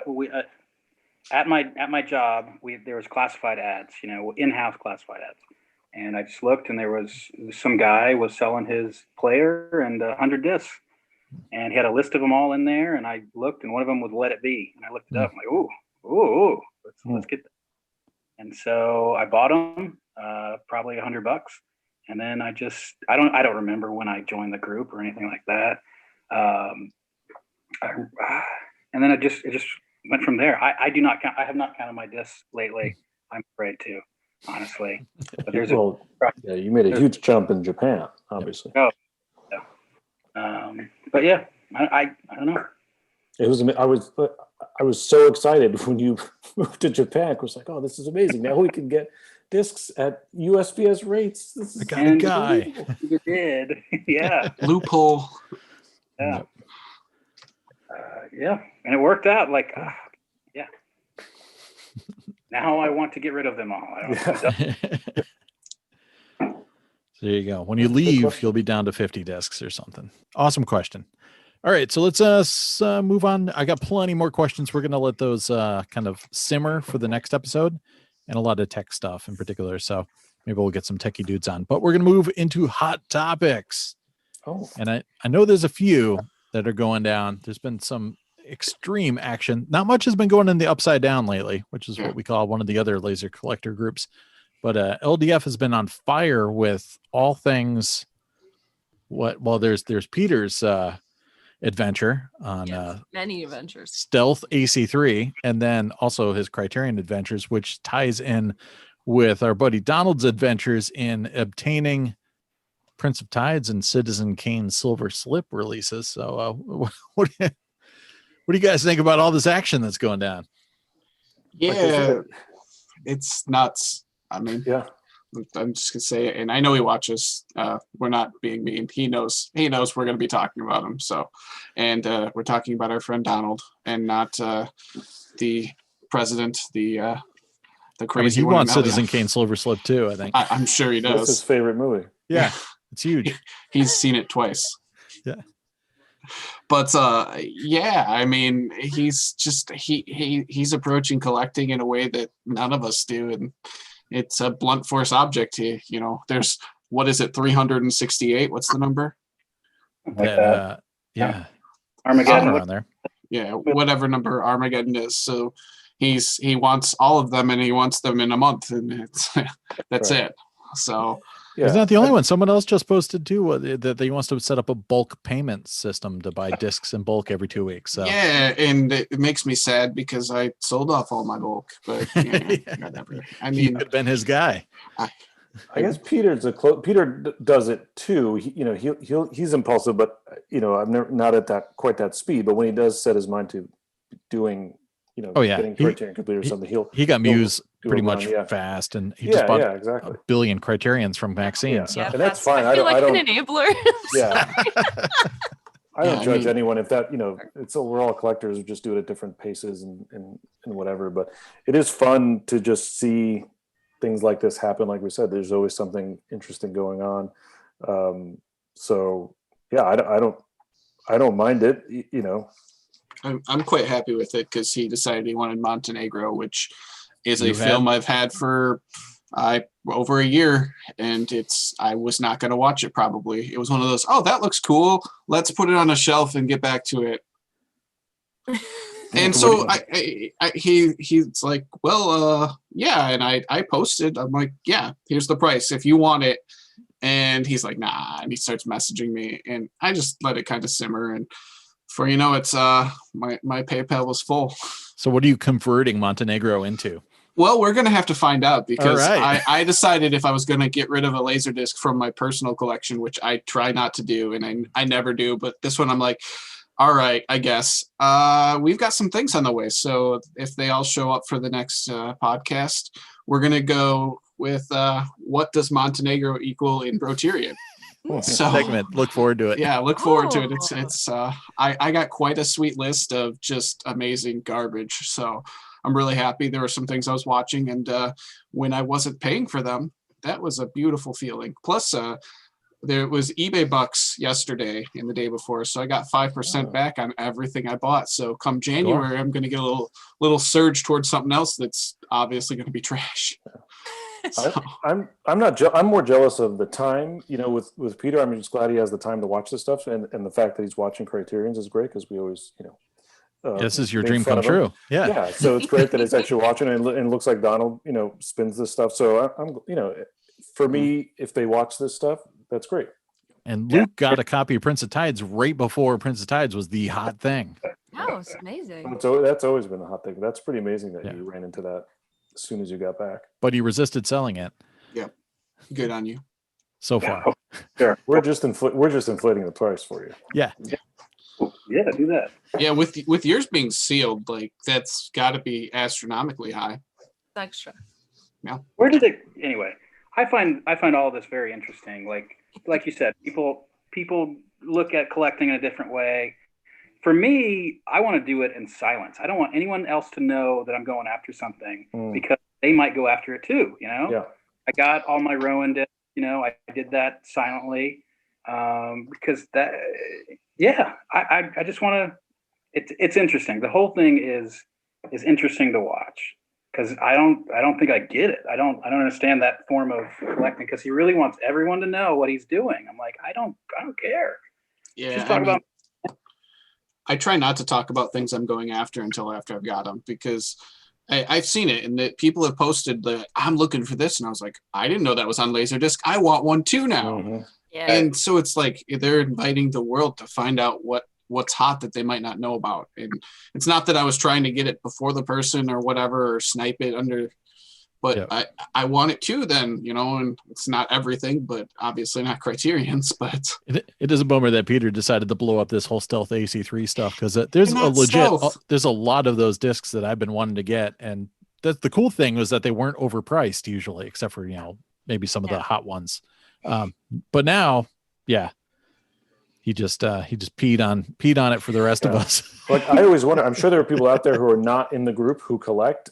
I find it hard to believe, but there are some who don't know what the market will bear. So sure, there's still hope. Yeah. So we'll get back into stealth AC3 and that when Peter's back on, I bet. Yeah. So but I mean, if it says AC3 on the front cover, it's not stealth anything. Well, see, that was the thing that it got complicated, because I've always talked about AC3 discs that don't tell you about it. And plus they changed the title. There was a guy just yelling about how Dolby Digital isn't AC3. And I'm like, yeah, on LaserDisc it is.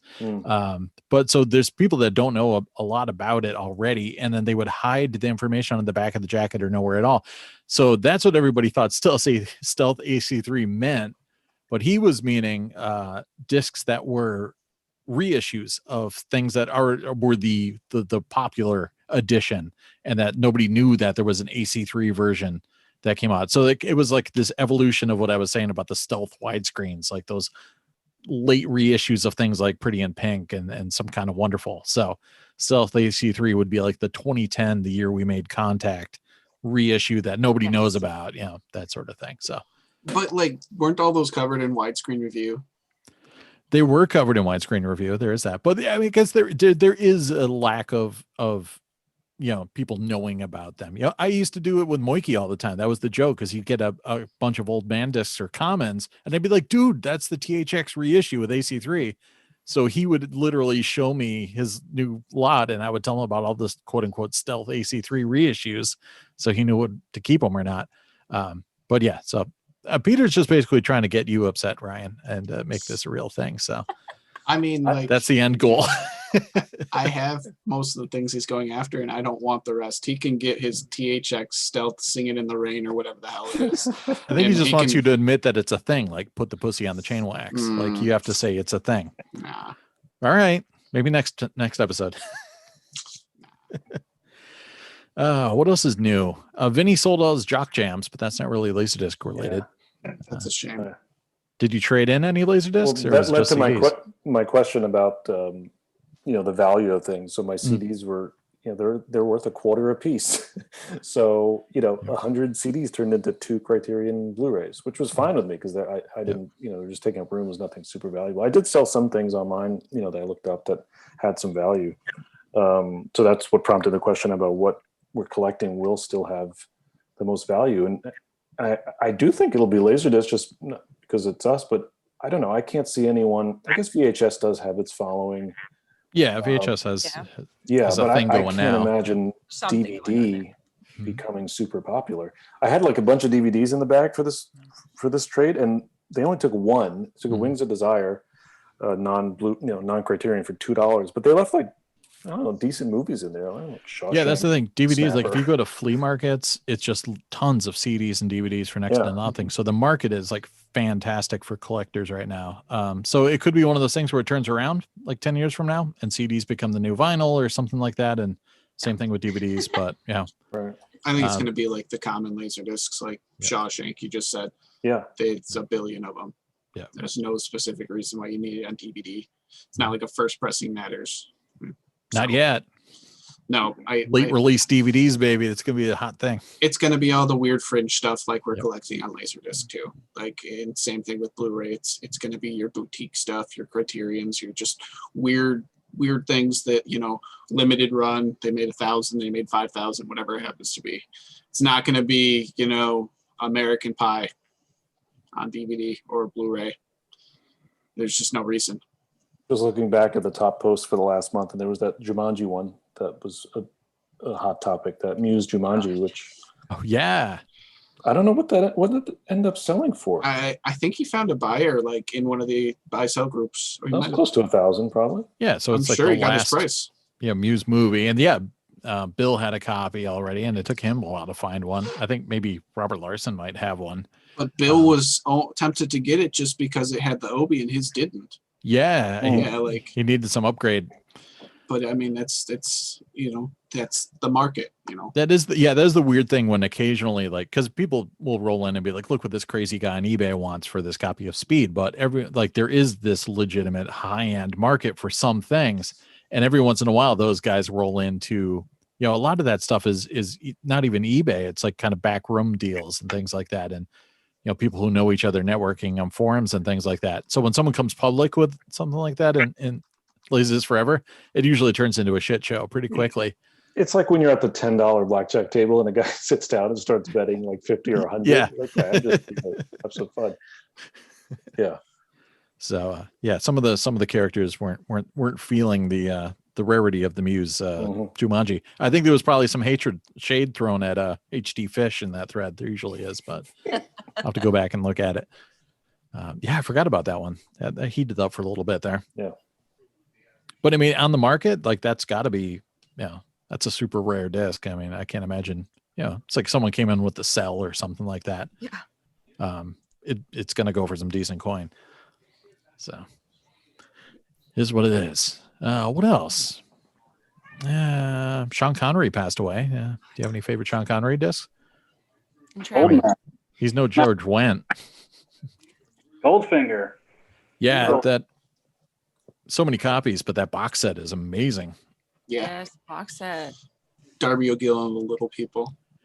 Dude, that was my jam back in the day. Actually, it wasn't. I went to my dad's boss's house, and he had a bootleg video cassette of Raiders of the Lost Ark, And my dad's like, watch Darby O'Gill and the Little People. And I'm like, yeah, but there's Raiders of the Lost Ark right on top of that player. He's like, no, watch Darby O'Gill. And I'm like, ah. And then I made him put Raiders on after, but I had already suffered through lots of leprechauns by that point.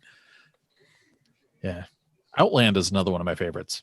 Oh, Sci-fi yes. person. I have that. Yeah, I have to watch it. Yeah, I think High I'm going to Noon watch The Space. Hill. Be the next thing I spin. Yeah, I haven't seen that. So it'd be pretty cool. You guys actually seen Zardoz? Have you seen Zardoz? yeah, I've never it's been a actually while though. sat through it. You need it is so crazy. Like Yeah, it is. So, we should worth watching once. That outfit Oh, alone. it's legend. Oh yeah. Yeah. It's something. I mean, you Good. have to be a man to wear that with confidence. Yeah. Just strutting out there Absolutely. Like that is a straight bikini. with some crazy That is facial hair. That is insane. With the boots, I mean, it's incredible. It's incredible. Pulling them off. Yep. I can't do that. That's for sure. I can wear a Vision Streetwear shirt, but I Yes, can't wear the yes. Zardoz outfit. Oh, I didn't give you a shout out. I was going to give you the shout out to your Oh, Vision what? Streetwear What do you got? in the freeze frame, movie. Are they like sponsored by Oh. Vision Streetwear? No, like the kid that is her friend. Yeah. This kid there. Where is he? There. Yep. This kid. He wears freaking Vision. Nice. I took a photo of the scene. It's your same jacket that you showed me the photo of your jacket. Oh, the one It's on your with the Vision exact on the jacket. back. Nice. Your exact jacket. Oh my gosh! I'll see if I can get a picture. I'm giving you the photo of the. I'll give you the photo of the scene, And then I'll you put can mine put- on yes, here, side too. by side. I want the side by side. Yes. This podcast sponsored by Vision Streetwear. Yes. Oh my god. Most famous Vision Streetwear scene was the Wizard, right? Where, Yeah. Legendary. Yeah. My Beardo has the whole outfit. We found every piece that he's wearing. Whoa. in I that remember scene. when that long jacket came out. I was determined to get one, but I never did get one. So He has one. He has one, and he has the exact shirt that says "Too Hip" on it from that scene, nice. and everything. Oh my god. I love it. I love Vision. Yeah, me too. Gosh, I had all the outfits, and yeah, I wish I kept them all, but the shorts. Oh, they still in? Do they still make clothes? Is it still a thing? Is Vision still in business? kind of. I Yeah. think it's like licensed, like somebody else is now like licensing it. Like, because I've seen, like, for example, I've seen a thing that says Vision on it that's being sold at Forever 21. You know Oh, what I yeah. mean? So Well, I it's think like when there's- Airwalk was Yeah. like the skateboard sneaker company, and then they just kind of like branched out, and now they have Crocs and stuff like that. Yeah, or you like can go in to Payless. Payless shoes and get some Airwalks, but you could not buy Airwalks anywhere but a skate shop back in the day. So good times. Skate friendly, kids, and Yes. get pump up the volume or not pump up the volume. Gleam of the Cube. Gleam of the Cube. Get that Yeah. as your Christian Slater LaserDisc. Yeah, that's that common. May be the best. Yeah, That Pick may be that the up best anywhere. Slater because he's a baby Slater with the frosted tips. that is a factor to consider. And endless Pizza Hut plugs. Oh my god. Yeah. I know. Shout out to Andy Summers. I know his favorite would be Star Trek 6, which has a little Slater. cameo of Slater. Yeah. God, now I have to watch that. My favorite little Slater is Tucker, the man in his dream. Yes, Oh, I wow. actually That's I have great. that because it has a little Slater in Yeah, there. that's when I think- keep hoping like there's a stealth remaster of that somewhere, but there isn't. I don't I've think. got a widescreen of that. There's a but widescreen. Yeah, I have a widescreen. It's but- early. Yeah, it's early. Those early Paramounts. I don't know. They, Yeah. they were never great. You're so The first- snooty. Yeah. First disc I ever gave Maxine was Cuffs, I think. Oh, cuffs. Oh, yes, snap. yes, That were very early. yes. Almost got the Blu-ray. Who's Arrow? Someone just put that out. Shout. Puffs. Wow. Cuffs out. Yeah. Yeah. Someone needed to do a special edition, right? Of course. It's beloved. Plus, it didn't get widescreen. Got the great Harold Faltermeyer score. Yeah. What's he doing nowadays? Is he still alive? He was crushing it back in the day. Yeah. Running Man. That was a killer score. Oh yeah, All right. right. That's great. Hot topics. Do we, anybody else got anything you need to? This is how Can I, this can I gets. share? Yeah. Yeah. Well, if you want vinyl of my band, Mm. It's 12. Is it 12 inches or 10 inches? Oh, It's we're doing 12. plugs? All right. yeah. So it's 12 inches. It's like a laser disc. it's like a laser disc. You could put it on your laser shelf. Some might say you could make laser discs with the vinyl presses. I've Yes. heard you can. Yes, I've heard that. Coming back. I have no knowledge of whether that is true. I've talked You to can several take- pressing plant managers and have never confirmed or denied this. If I stick the vinyl into a CED cartridge, can I then see it? It resurfaces it though. Yeah. Yeah. Sounds like you're gonna need one of those RCA machines for that. We'll get one for you. Yeah. Can one pre-order this vinyl release? Yes, yes. Excellent. I'll accidentally put a link up. Okay, cool. What kind of stuff is it? It's like some it's indie, it's avant-garde, it's like vaporwave. I'll use those words. Cool. But it's my band. Me and Bearda, we're in the band. And So if you like some of those Wolfpack intro jams, it will be different, but it'll be different, but not that different. we need a Wolfpack jam like 7-inch or something. Oh my gosh, that'd be amazing. Yeah. Oh my gosh, at least a cassette. That'd be amazing. Ooh, there you go, cassette. We're just gonna skip vinyl altogether. Single. No. Cause single, It's just- dude. Single. Can we get a CD video? Oh, please, let's do I it. wish. Mhm. That would be amazing. All right, cool. So you can get some jams you can listen to while you're alphabetizing your Laserdisc collection or something. Yes, definitely. Cool. Definitely good music for that. All right, so let's do some recent spins, or not recent spins, but what you will be spinning and plans and things like that. I'm gonna go do some more HD stuff. I got a few more Muse library discs on loan, so I'm gonna check out Bram Stoker's Dracula. I hear it's a rollicking tale with Keanu Reeves. Yes. Yeah, so we're gonna fire that up. Maybe not tonight, but that might be tomorrow. What are you doing, Ryan? Well, I'm probably gonna watch the new Mandalorian, but I also Oh, that's the dude that's like half the supercar from the 80s, half man, and he goes on Yeah. adventures. Yep, His- 100%. His doors open up like wings. Yep. You See were if- right on. So you have a flux capacitor. Mhm. Okay, cool. And I hear that you want to get the non-faces, but the THX version because The man, you DeLorean. don't they've washed out the color on the Okay. faces version. So, and then I might watch a high school movie that I did not get around to, which is I believe She's All That. So it was on my list and just didn't get there, and my wife and I were talking about it. So I'm thinking I might get to that tonight, or I might fall asleep and watch it tomorrow. Either way. And do you have any endorsements? Yes. The latest Vinegar Syndrome package came in. I don't know if you've heard of this company, but Okay. I did like Necromancer. So Ooh, shiny eyes. yeah, nice, amazing slipcover. That's cool.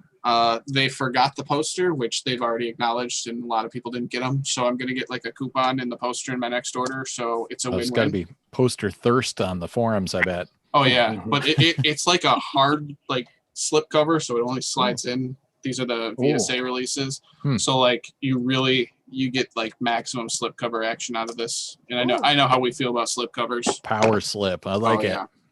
That's So- cool. I forgot to endorse. I was talking about Oingo Boingo earlier. I have to endorse. Danny Elfman actually released his first, non-score music for the first time. I think it's out there on the ether, the Spotify's, and all that stuff. But Cool. he dropped a track called "Happy," which is not the track "Happy" that he put on the Summer School soundtrack back in the '80s. It's a new one. There's a video and all that stuff. So that's what I endorse. Vinnie? What you watching? I always like to walk out of these podcasts with something to watch. So I think The Faculty is now top of my list. I have to catch up with that. But from my haul, I think I really want to see Sophie's Choice because I have not seen it. It's one of these, it's like not seeing Catch-22. It's just like a phrase you've heard your whole life. I'm like, I should probably see the movie it came from. And The Hill, I do want to check out. Yeah. So those are the ones from here I'd like to see. You recommend anything? Bookstores or anything like that? If you want one of these cool Word hoodies, you go to wordbookstores.com. Nice. Word. And promo code Wolfpack for 10% off. Excellent. Are you carrying the LaserDisc, the book, the big LaserDisc? Yeah, get the catalog. Oh, I register. should get that. Yeah. Yeah. We do have a book that people seem to like called Accidentally Wes Anderson, since we talked about Rushmore. It's essentially a photo, like a coffee table book of photos of things that look like they're from a Wes Anderson movie. It's kind of cool, like different landscapes and stuff. Accidentally Wes Anderson. That's cool. Nice. There you go. Next. Ooh, what do you got here? Virgin nice. High. Oh, nice. Quality. It's rocking a Stratocaster. Is I she had a lefty? I or don't did think they she just knows flip how to it? play shit. Yeah. I was jealous of that lefty first because I'm lefty. Oh my gosh, I don't know. I feel like it's probably a flipped photo. I think they flipped She it. really Yeah. does I think not it's know how to play. flipped. Yeah. But yeah, I had a pretty deep watch pile, and this was on like the top of the list. I did not make it through all my watch pile. I had several good ones. Calendar Girl, also Brandon from 90210. I was trying to really get my 90210 fix. I like Calendar Girl. That's fun. Yeah. I've never seen it. All right. It's So okay. Okay. Well, hopefully this is good because I've never seen this either. It's gonna be like the next Campus Man, Virgin High. I don't know. It Campus is Man not. it wasn't sexy. I think. Yeah. Is there Linnea? Yes, there's Linnea in here, and it says. Oh, it's got to be cult- good. It says cult sex pot, so it's not Campus Man. Yep. All right. Luke, what about you? I'll probably be watching Fargo. I got to catch up on Fargo season 4. Chris Rock. I love that show. It's Coen Brothers. Everything Coen Brothers. Anyway, it's probably what I'll actually be watching. And I got to catch up on The Mandalorian as well. I watched the first one. It's really good. Haven't done the second and third one yet. But I do want to watch this one. They talk about it in Celluloid Closet. It's called Victim. It's a British movie. It's like the first time they ever said the word homosexual in a movie. I mean, the main guy is gay. Try to watch that one. Yeah, I got that in a lot. The entire bottom cover is just gone. Oh, But I kept it because I do want to see it. somebody ate it. It was just like I think it was stuck to like the back of another disc, and then when I pulled it off, it just like took half the cover off. Wow. You got any endorsements, Luke? Like a craft beer that you're promoting, or? Yes, it's called Cincotta beer. Yeah, pick it up. What beer are you drinking again? Cushing, what are you drinking there? Laser Snake. It's 3 Floyds out of Indiana. I need a zombie. What's the zombie beer that's supposed to be so great? Zombie Dust. Yeah, it's like number 1, or it's number 1 IPA for what? Forever. Can you get it? No. Oh, so you're saying you need me to put a package together for you? He needs you. All right, we'll talk. I'm lucky enough to have a really, really fantastic chain that just opened up from the Chicago area into my town, which I say I'm from Chicago because no one knows where I'm actually from, but I'm like 90 minutes away. And we got one of these, and it's like Christmas but for liquor. Mm. So I can now get all of that stuff in mass quantities a lot easier. So we'll talk. That's awesome. Yeah. Okay. Beer wise, Thorn Street Brewing in San Diego is really amazing. It's probably the best I found out here. I don't know how far it reaches, but it's really good. That's about it. You want to plug the Navy, the U.S. Navy? Oh, the Navy. They still in business? They're still in business. Still Cool. doing. My ship finally came back into port. They went out in February. I went out with them in February, and they have not. They just came back the other day. 9-month deployment, no ports, no nothing. Bubble ship. It's insane. Like this is that type of stuff does not happen. Usually, you go out, you go to a port, you go to Singapore, you buy some LaserDisc, you have a good time, you come back. But no, 9 months of that shit. It's crazy. That's awesome. Man. And speaking of not beer, but foodstuffs, I'm fresh out of Marabou chocolate bars. And Sounds that's like probably why Deathmatch. Seth decided not to join us because he's scared of me demanding more candy bars. So if my Danish friends out there, Swedish friends, hook me up with some Marabou chocolate bars because I'm fiending. Things are good. Who's Seth's proxy? Because I actually, oddly enough, have a regular Prince of Tides for him that I need to send him. Send it to me. That's Ryan. Yeah. Yep. Ryan. Cool. I'll wait because I was going to send a box tomorrow, but I hadn't packed it yet because I've got something too I need to send you. I need to send them out. You can watch it before you send it, right? Nope. It's really good. Nope. I showed you a stack of Hong Kong discs. I will watch those. I will get some culture. Watch Princess Tides instead. Yeah, Princess Tides. And make sure you use Ryan's official proxy site, which is Rai, and you have to set up the shipment on there and on Rai. The way it works is you give me your credit card number, and then I send you things. And good. It's Social a crapshoot, but sometimes it's cool. Sometimes be it's good. Prince of Tides. Uh, Right. All right, well- Record? Is this a record? It's like 3:23. yeah, I think we're shutting down. Well, we started late, so Oh, Yeah. okay. yeah. So So- say wave goodbye to the kids. Bye, kids. And yeah, Watch Laserdisc. spend some LaserDisc. Later. Yeah. Cool.